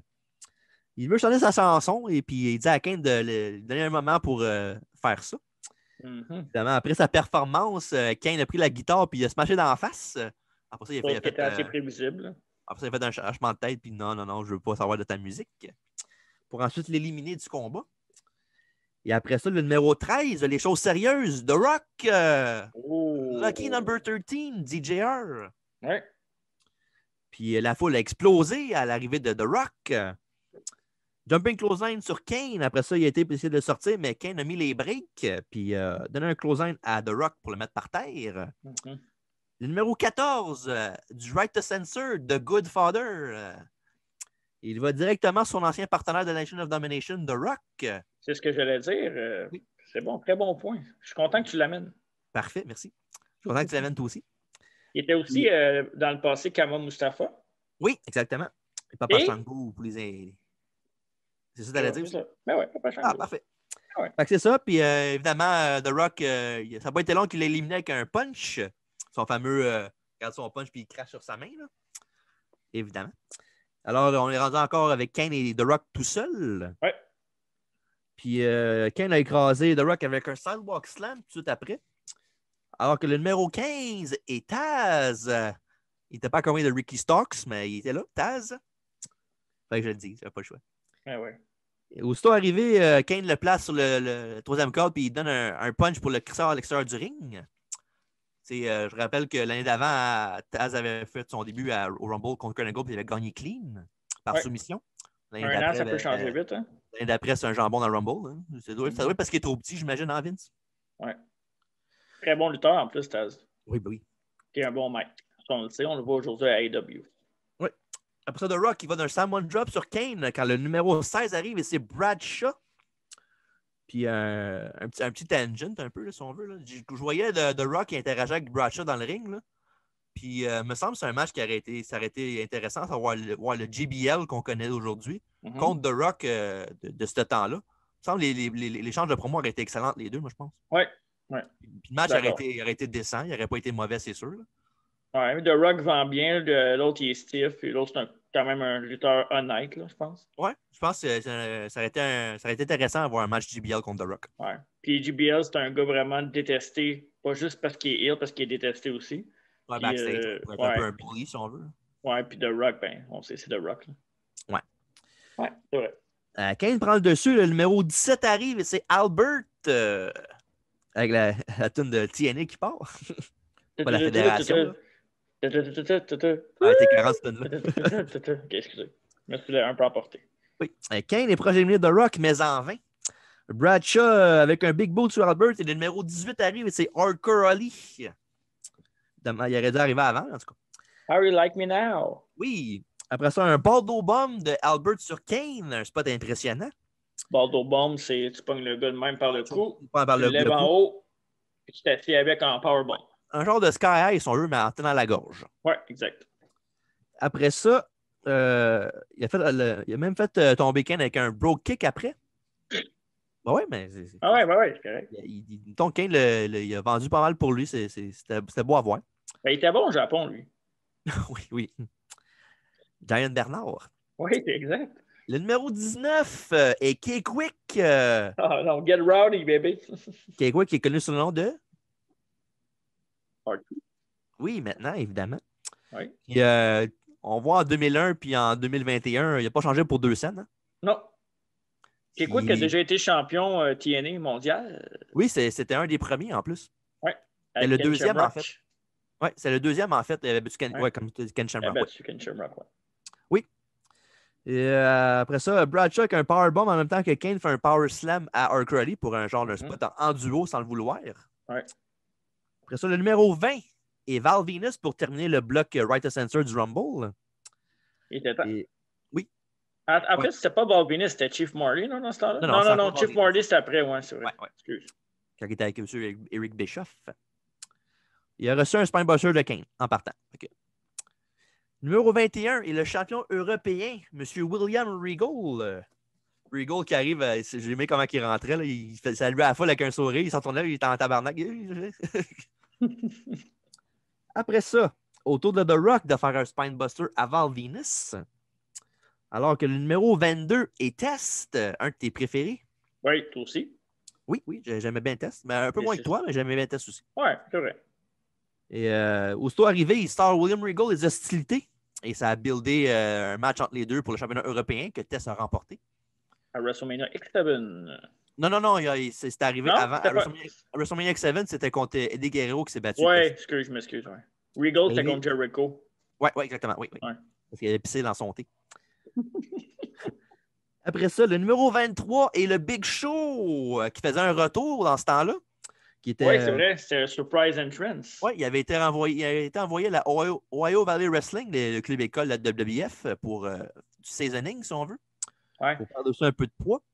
Mais Puis Vas-y, continue. Continue. En le voyant arriver dans le match de ce soir, je pense pas que ça a marché bien. Il avait l'air plus gros que dans le temps qu'il partait avant. C'est bizarre. Mais je faisais des recherches avant le match là, pour les entrées surprises. Tu sais, des années. Puis justement, il était là-dedans, 2001, Big Show entrée surprise. Je me souvenais tellement pas de ça. Il me semble que ça ne m'avait pas marqué à ce point-là. Mais Big Show, à un moment donné, ça venait n'importe quoi aussi. Là. Ouais. Je pense, je sais pas.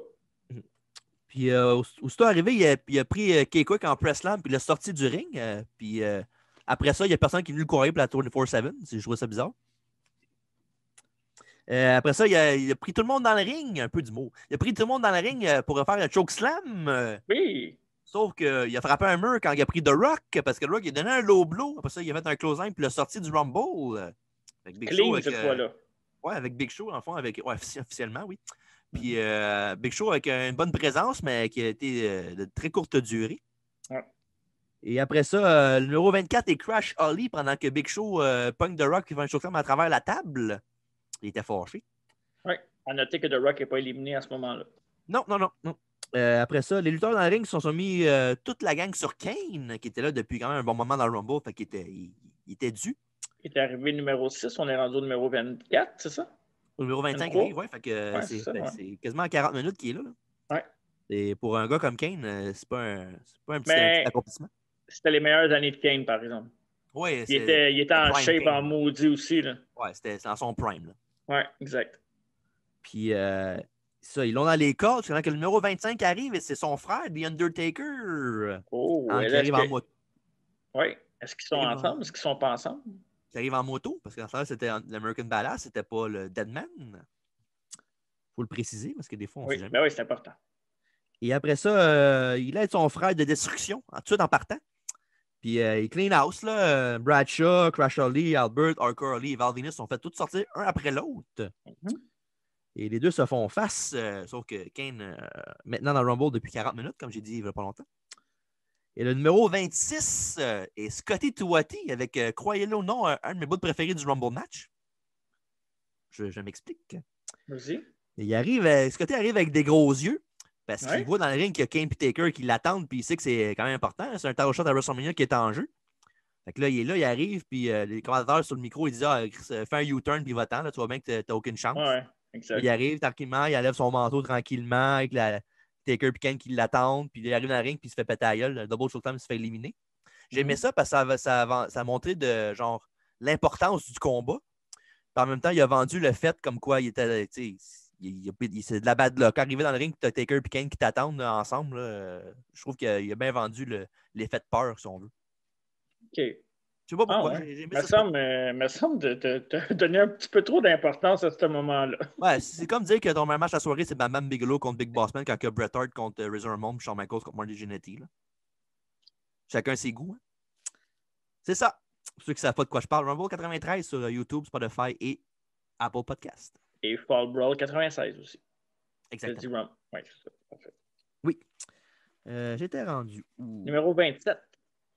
Oui, non, après ça, The Rock, il commence à montrer signe de vie. Quand le numéro 27 arrive, c'est Stone Cold Steve Austin.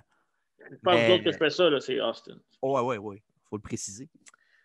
Après ça, évidemment, Austin est prêt à affronter les frères de destruction 1 contre 2 s'il faut. Oui. Quand Triple H arrive de dos, il l'attaque.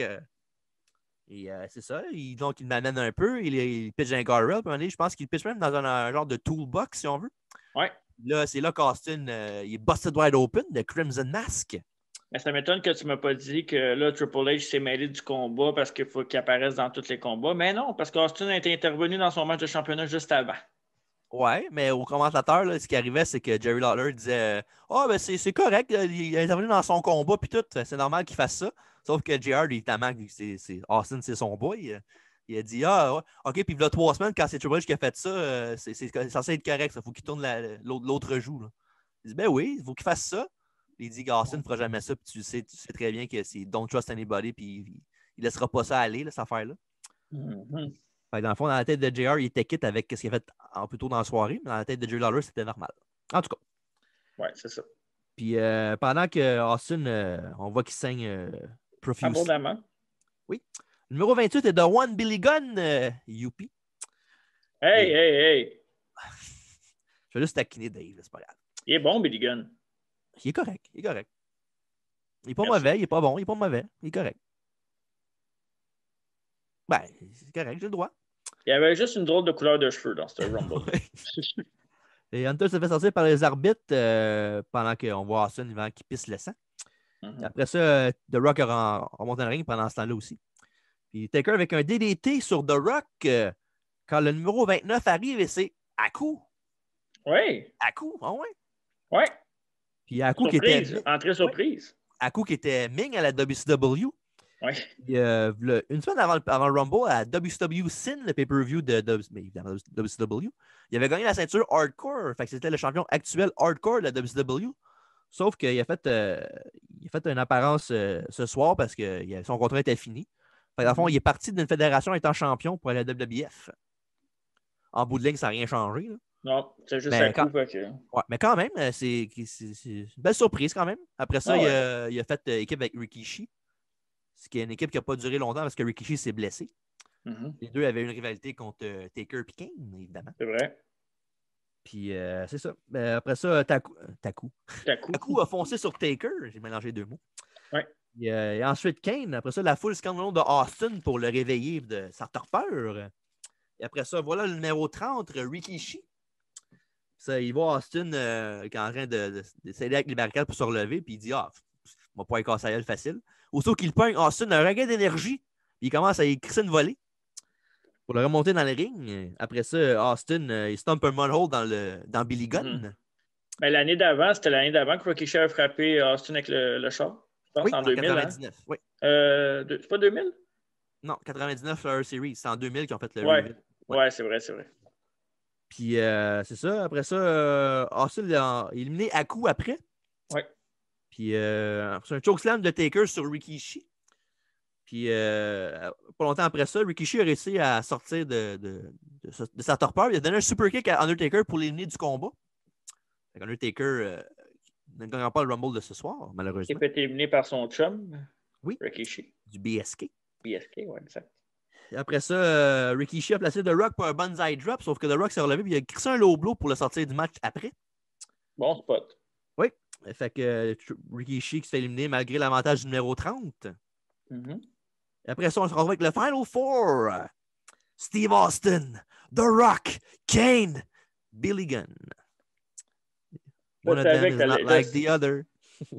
Je savais que tu allais dire ça. Est-ce que je le savais? Et évidemment, ça n'a pas duré longtemps pour M. Billy Gunn, mais il a quand même réussi à faire un fameux à Stone Cold Steve Austin. Avant de se faire lui-même sortir. Le fameux, genre, je le sors, puis l'autre, il switch le momentum à la dernière seconde pour me sortir. Oh my God. Comme si fucking Billy Gunn gagnait le Royal Rumble. Ben, tu dis ça, mais Santino Marella a déjà été dans le Final 2. Y a-tu gagné?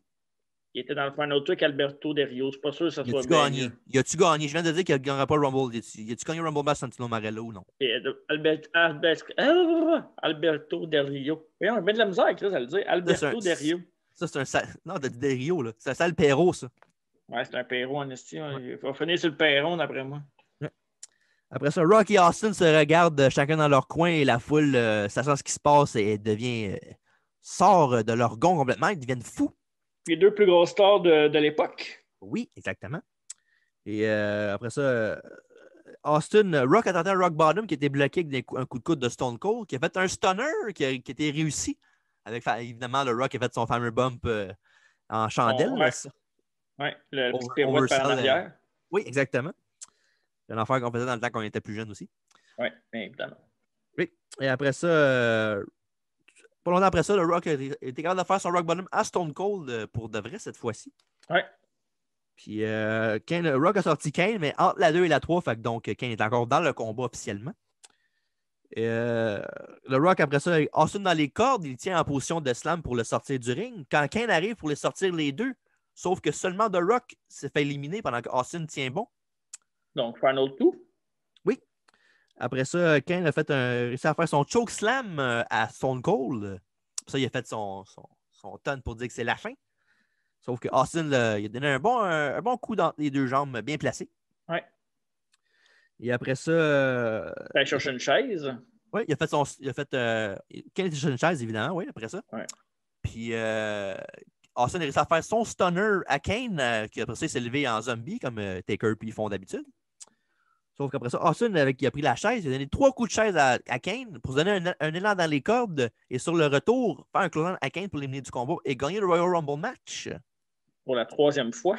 Oui, et évidemment. Qui est encore un record à ce jour. Oui, évidemment, Jarek, sa ligne classique de Stone Cold is going to WrestleMania! Ben, j'ai trouvé ça cool que ça finisse avec la chaise parce que ça donnait de l'importance à Kane. Là. Oui, c'est ça, oui, c'est quand même un monstre. Là. C'est un monstre, il était dur à battre. Que ce soit Austin qui l'a éliminé aussi, ça fait du sens, mais... Ouais. Il a même duré 50 minutes. Ouais, puis je sais que Austin, c'est la grosse star de l'époque, puis c'est correct, là, mais je pense qu'avec du recul, avec les années, je pense qu'il aurait mérité de gagner ce Rumble. Là. Moi, je pense que non. Je trouve que le gagnant du Rumble était celui qui aurait dû gagner. Là. Oh oui, mais Kane aurait mérité sa shot. Il aurait pu, là. Ouais, parce qu'il a fait une belle performance. Mais là vas-tu m'expliquer quelque chose? Oui. Là, je m'en vais là. Comment Kane peut avoir la meilleure performance de tous les temps au Rumble, puis s'en va à WrestleMania dans un hardcore match contre Raven et Big Show? Well, je sais pas. Je sais pas, mais regarde. Comment ton road to WrestleMania s'en va là? Comment c'est arrivé? Je m'en souviens pas, là. Vaguement, je sais pas trop non plus. Je sais qu'il y avait une rivalité. Pendant ce temps-là, il challengeait aussi avec Taker pour les championnats par équipe. C'était C'était Dudley Boys, mais Edge Christian l'ont gagné par après. Ouais, c'est vrai. Puis il y avait un match à Noël 2001, c'était justement un triple threat tables match avec les Dudley Boys, Edge Christian, puis Taker, puis Kane.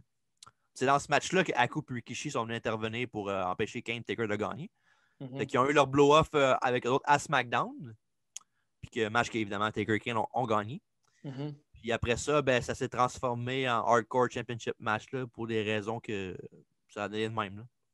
Mais avoue que c'est décevant, non? Mais en même temps, les deux n'auraient pas été reliés tant que ça. C'est pas parce que c'est une bonne performance dans le Rumble que automatiquement il faut un title shot ou quelque chose. Là, non, je sais, mais tu passes quand même de genre, tu as fait 40-50 minutes dans le Rumble, tu as eu le nouveau record, tu as presque éliminé Austin à la fin, tu t'en vas dans un hardcore match contre Raven puis Big Show. Je veux dire, c'est 2 mois après, mais. Ouais, mais tu sais, il y a d'autres exemples aussi. Le gars, en 94, il y avait des autres qui avaient venu genre 9 gars dans le Rumble, puis il n'a rien fait pour les 6 prochains mois d'après. C'est pas parce qu'il y avait un gros performance dans le Rumble qu'il y avait un combat. Non, je sais bien, mais en plus, le gars était dans son prime. Après ça, là, on est rentré dans le Kane Comedy un peu aussi après. Là, ouais. Je pense. avant de revenir puis qu'il enlève son masque et tout. Là. Mais en bout de ligne, moi, ça me dérange pas tant que ça parce que le match hardcore qu'il y avait eu, les trois étaient excellents. Ah C'était ouais, vraiment ouais, bon. ouais. Mais non, je sais. Mais Pas Kane, comme s'il y avait un match undercard contre Justin Credible à Heat non plus. Là. Raven, pour moi, a toujours été correct. Il était un bon gars, il faisait sa job. Big Show aussi. Puis Kane, ben, il chialait jamais. Fait que ce qu'il faisait, il le faisait bien. Là. Ouais. En tout cas, En tout cas, juste, je trouvais ça bizarre. Là. Ouais, je comprends ce que tu veux dire, mais en même temps, ça ne veut pas dire que tu as un bon spot dans le Rumble qu'automatiquement tu auras un gros combat par après. C'est sûr que ça peut aider, mais en même temps, c'est pas le end-all be-all de ça. Là. Puis une autre affaire que je cherchais, mais je l'ai trouvé pendant le show. Là. Je me demandais, genre, le champion, c'était Angle. Oui, oui. Mais il a perdu contre The Rock à No Way Out, hein, c'est ça? Exactement, oui, oui, oui. Ouais, c'est ça. Fait que j'ai comme retrouvé la mémoire pendant le show. Ouais. Bref. As-tu d'autres questions? Angle, il se battait contre qui avec Seven déjà? Il se battait contre Chris Benoit. Pour la. Non, pas Un pour match comme ça. Non, c'est un match comme ça, c'est pour savoir c'est qui le meilleur lutteur des deux. Mais ça, avec, c'est bizarre, tu perds ta ceinture, le mois d'après, tu n'es même pas dans le main event, non? Bon, je cherche des bébites, je pense. Ouais, je pense que oui. Ben, tu sais, en même temps, c'est Et pourtant, c'est un des meilleurs Road to WrestleMania de l'histoire, je pense. Tu as un combat de championnat. C'est pas comme aujourd'hui que tu as deux belts de World Champion. Ah non, je sais. Mais tu peux pas mettre tout le monde dedans non plus. Là. Je me posais juste la question de. Et quoi, tu voulais qu'il fasse un four-way Kane, Kurt Angle de Rock puis Stone Cold, quoi? Ben, ça aurait été logique, mais en même temps, avec ce qu'on sait ce qui est arrivé après. Ouais, mais il y a mieux disperser le talent dans la carte que juste mettre un gros combat. Ouais, il y en avait beaucoup de talent dans ce temps-là aussi. Oui, c'est la belle époque. Comme aujourd'hui, là. Comme aujourd'hui, c'est juste qu'aujourd'hui, ils ne l'utilisent pas. Ouais, c'est ça. C'est un excellent Rumble match. Pas le meilleur, évidemment, de tous les temps, mais top 5 facilement. Puis, comme j'ai dit tantôt, le bon lutteur a gagné. Ouais. Non, mais c'était juste une mention à Kane parce qu'il était dans son prime. C'est un big guy, puis on sait que les big guys, c'est quand même limité. Là. Ouais. Sinon, toi, tu as aimé ce Rumble match-là? Ben oui. C'était. J'ai de la misère. À un moment donné, je vais essayer de. Mais avant la fin, avant qu'on fasse le review du Rumble 2021, je pense que je vais essayer de voir si. Je vais essayer de les classer, voir par. Au moins les 3 à 5 premiers. Là. OK. Parce qu'il y en a beaucoup, tu sais, faut que tu réfléchisses un peu aussi. Ouais, non, c'est sûr. Il y en a eu genre 35, je pense. Ouais, il y en a des bons en Christ, là. Oui. Comme il y en a qui sont moyens, mais que les fins sont bonnes. Ouais, chaque Rumble a un petit quelque chose. Là. Ouais, exact. Mais ouais, c'est un des meilleurs de tous les temps, selon moi. Ouais.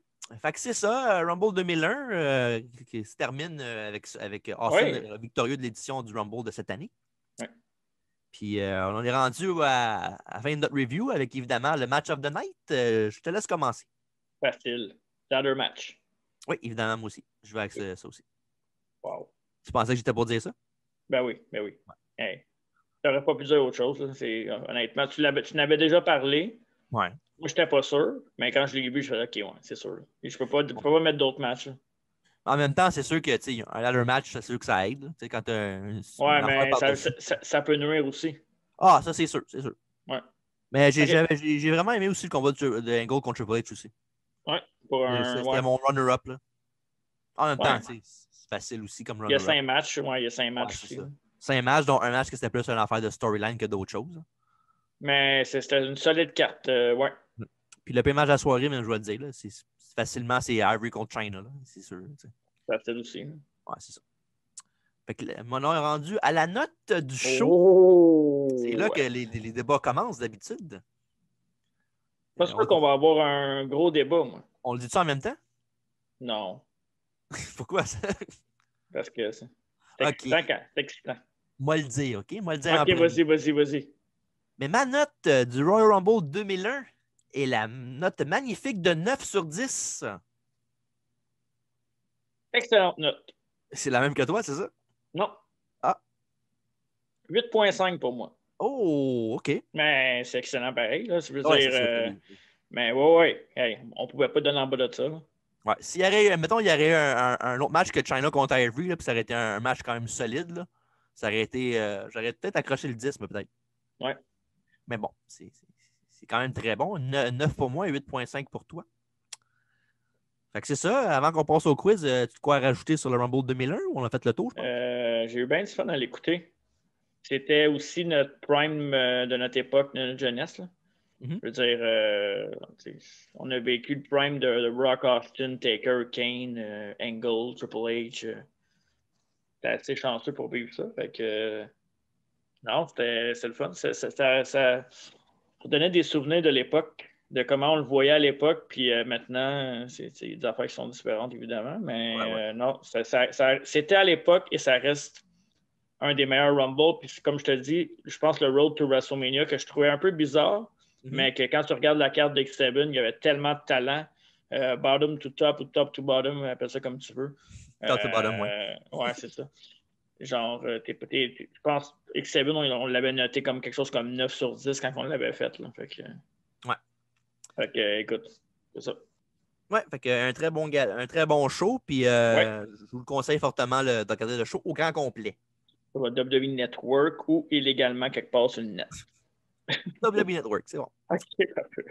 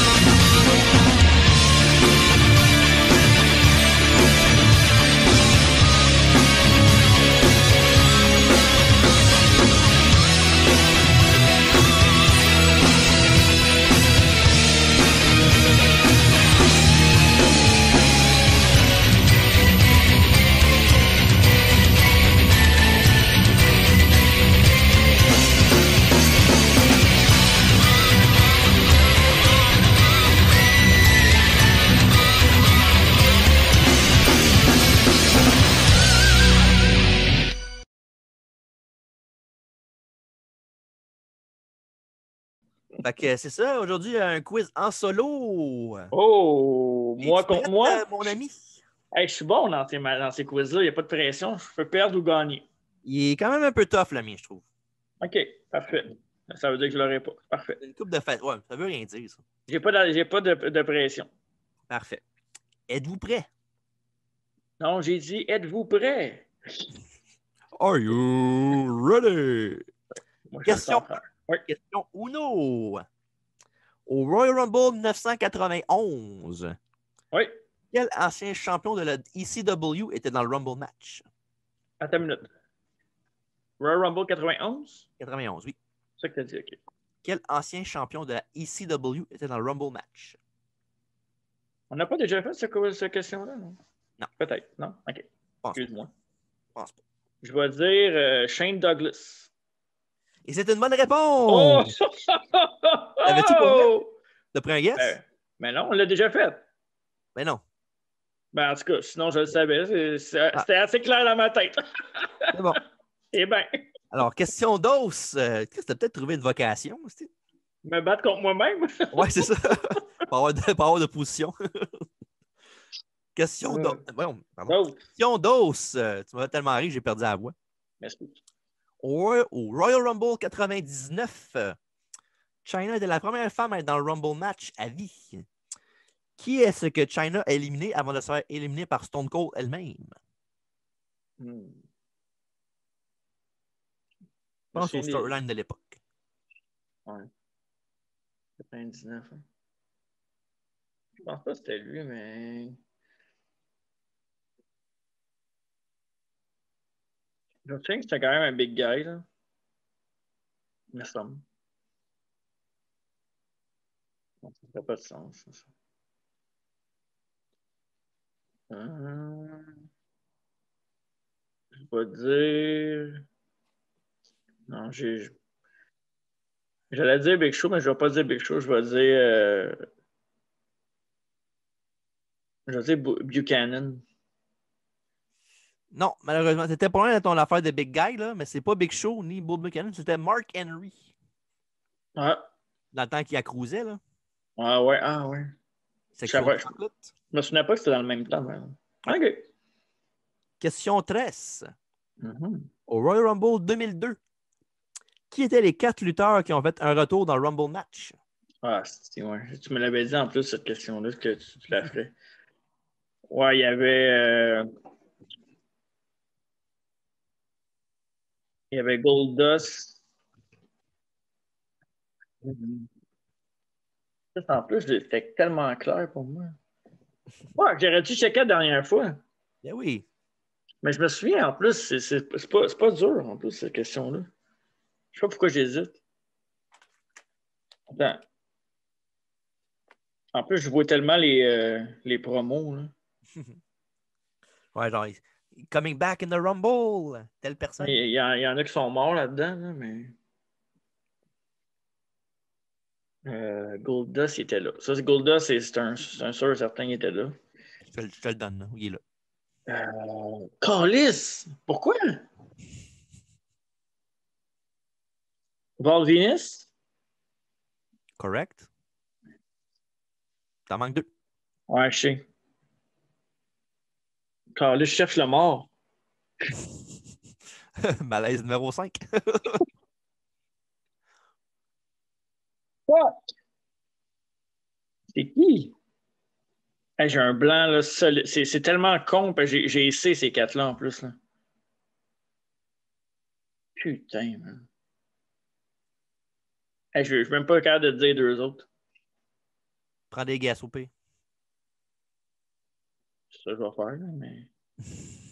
Ça me fait chier de pas le savoir. Ah! Va te le dire, ça va faire oh, cool. Ben oui, c'est sûr. Tu sais, les promos, on dirait que je vois les. Je me souviens tellement, c'est clair, mais pas tant que ça a l'air. Ouais. Bon, ben, on va dire n'importe quoi, là. Je vais dire. Je vais dire Tatanka, puis. Tatanka, puis. Honky Tonk Man. Je sais que c'est pas ça. Là, Malheureusement, 2 sur 4, t'avais eu Goldust, t'avais eu Val Venus, mais t'as pas eu The Godfather. Et Mr. Perfect, l'autre. Mr. Perfect, évidemment, oui. Ah, là, c'est lui chercher, ouais. Mais ça peut te consoler, t'es tout seul, fait que c'est correct. Ouais. Fuck! Perfect. Ouais, j'ai oublié Perfect. M'excuse. C'est correct. Prochaine question. Au Royal Rumble 2009, quelle équipe ont fait un coin toss pour savoir qui était dans le Rumble match?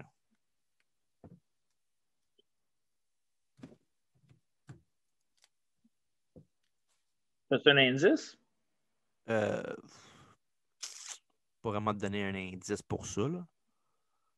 Oh, c'est un indice-là, ça va être trop facile. Donne-moi les pas. C'est ça. Je vais dire les Dudley Boys. Et non, c'était Crime Time. L'indice que j'étais pour te donner, c'est qu'il y en a un des deux qui est décédé. Ah, ben là, je l'aurais petit Chris. Ben, quand même. Ouais. En 2009, c'est pas comme si c'était une question de 90. Là. En tout cas, bref. Ouais. C'était Crime Time. Bon. Question numéro 5. Au Royal Rumble 94. 14. Pour quelle raison? Hein? T'avais bugué, t'as-tu entendu? Non. OK. Je fais un rapper de moi-même, quoi. Parfait. Oui.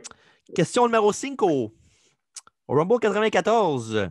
Oui. Pour quelle raison Bastion Booger n'était pas dans le Rumble match? Ben, il était dedans, mais il ne s'est pas présenté. Faut préciser. Oui, c'est ça. J'ai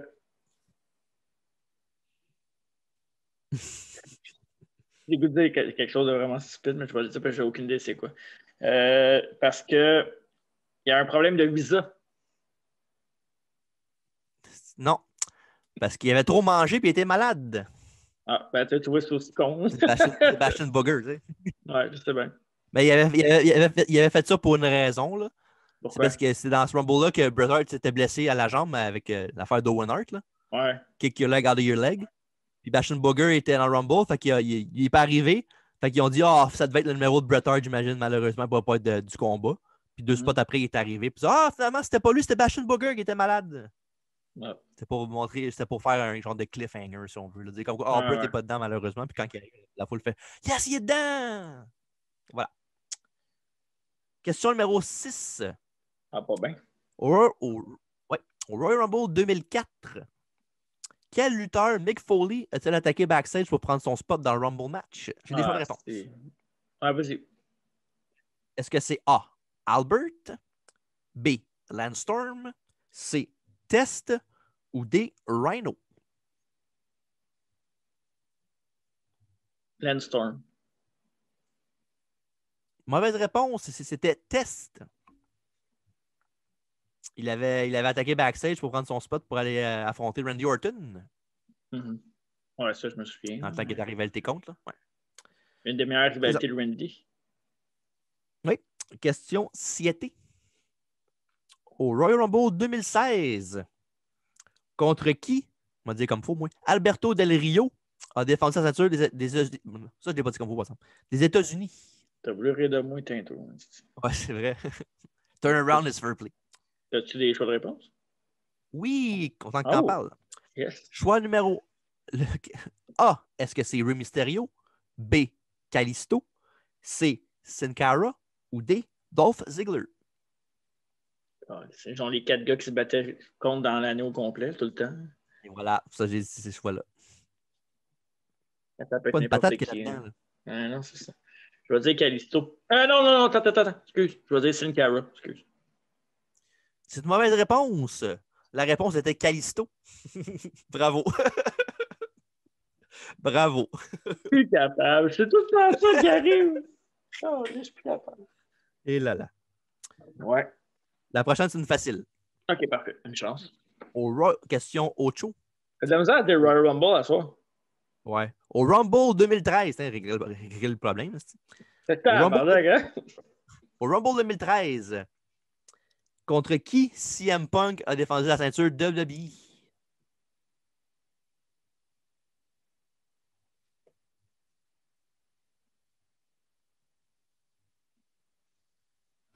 The Rock. C'est une bonne réponse. Bravo. Ben, merci. C'était quoi? C'est la deuxième bonne réponse, je pense, que tu as? Ouais, seulement. Quand même. Ça arrive, hein? Ça Ouais, arrive les coups à la tête, moi, je tue personne, mais j'ai oublié des affaires. Ça se peut. Question 9. Au Greatest Royal Rumble de 2018, qui Braun Strowman a-t-il éliminé pour gagner le Rumble match en dernier? Je n'ai même pas écouté. Il y a des choix de réponse. Ouais, vas-y. Est-ce que c'est A, Big Show, B, Kevin Owens, C, Big Cass ou D, Rusev?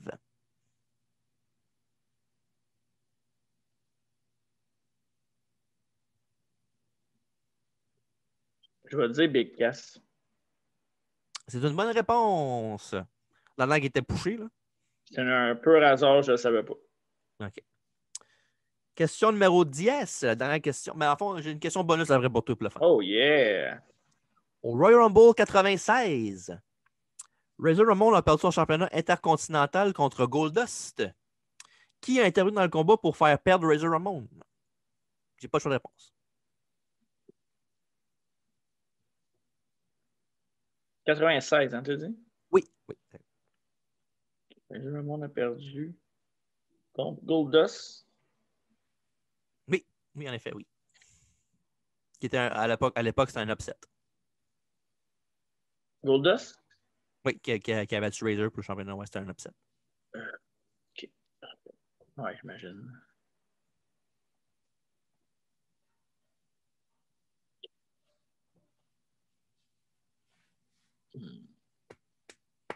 Je pense pas que ça va être ça, mais je vais quand même je vais dire 1, 2, 3 Kid. Bonne réponse, bon guess. Pour vrai? Oui. Ah, OK, nice. Il arrive dans l'autre du ref, il est monté sur le top rope, il a fait un spinning heel kick à Razor, puis après ça, il l'a piné. OK, OK. Bon. OK, t'as fini ça en force. Ouais. Et la question bonus, c'est. Ça te tente-tu? Ouais, vas-y. T'inquiète là. Au Royal Rumble 2018, les Usos ont défendu la ceinture par équipe dans un combat 2 out of 3 Falls contre quelle équipe? New Day. Mauvaise réponse. La réponse que je cherchais, c'était Shelton Benjamin et Chad Gable. Ouais. OK. Ah, c'est correct. Regardez. Avec ça, t'as... Oui, vas-y. T'as fait ça pour détruire ma confiance, est-ce que à la fin? Non, pas du tout. OK, parfait. Ça, ben, c'est les Usos, puis je sais que tu les aimes bien. Là. Ouais, Ous. Fait que c'est ça, Chris, t'as eu quoi? 4 sur... 4 sur 10. 4? 4 sur 10. T'as eu Shane Douglas, t'as eu The Rock, t'as eu Big Cass, t'as eu... Ouais, ça, 4 sur 10. Yes. C'est pas bon, mais c'est pas mauvais non plus. C'est correct. C'est acceptable. Ouais. C'est sûr. Ça aurait pu être payé, ça, c'est sûr, certain. Et fait que c'est ça, ce qui conclut le quiz de cette semaine. Oui. En 2 chaises de métal. Podcast qui est commencé par qui? Gourou. Boisson biologique québécoise. C'est ça. C'est tout. Tout le tralala. Oui, tout le tralala. De retour en force la semaine prochaine à côté de moi. Ah, d'accord. Fait que c'est ça. Rumble de 2001 est dans le rétroviseur. On l'a terminé ce review-là. J'espère que vous avez apprécié.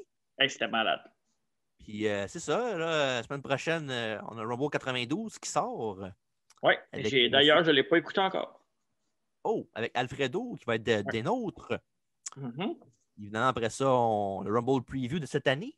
Ça, j'ai hâte. Et le review aussi la semaine d'après. Puis peut-être un plus entre-temps aussi. On va voir. Restez à l'affût. Ça tient qu'à toi. OK. Ben, c'est fun que tu m'en parles devant tout le monde. Merci. Fait que c'est ça. Rumble 92 la semaine prochaine. Après ça, les 2 Rumble Preview et Review. Fait que écoutez-nous sur YouTube. Abonnez-vous sur YouTube, évidemment, avec les beaux vidéos, avec nos belles faces. Oui. Aussi sur Spotify et Apple Podcasts également. Et c'est ça, abonnez-vous, dites-le à vos amis, vos chums, vos cousines, vos tantes, votre chien s'il faut. Vos ex? Ouais, c'est ça long. C'est pas de notre faute à nous autres, c'est vos ex. Hein? Ouais, c'est ça long. Ouais. C'est votre choix. Mais aidez-nous. Aidez-nous, puis on va... On va vous aider. C'est ça. Fait qu'un mot de la fin, Marc? Oui, j'ai perdu ma maison. Non, c'est pas vrai. C'était comme un genre de... Ouais, c'est ça. Aidez-nous, j'ai mis ma casquette. Comme à l'église, tu sais. Ah. Ben, il ne peut pas donner d'argent à travers leur écran. Là. Ouais, la seule différence, c'est qu'on n'est pas comme les prêtres. On n'aime pas les petits-enfants. OK, parfait. Fait que c'est ça. Merci d'avoir écouté aujourd'hui en mon nom, au nom de Marc. Bonne soirée. Et ne pas m'écœurer sur Facebook. Salut. Mais venez nous écœurer sur YouTube. Bye-bye. Jamais.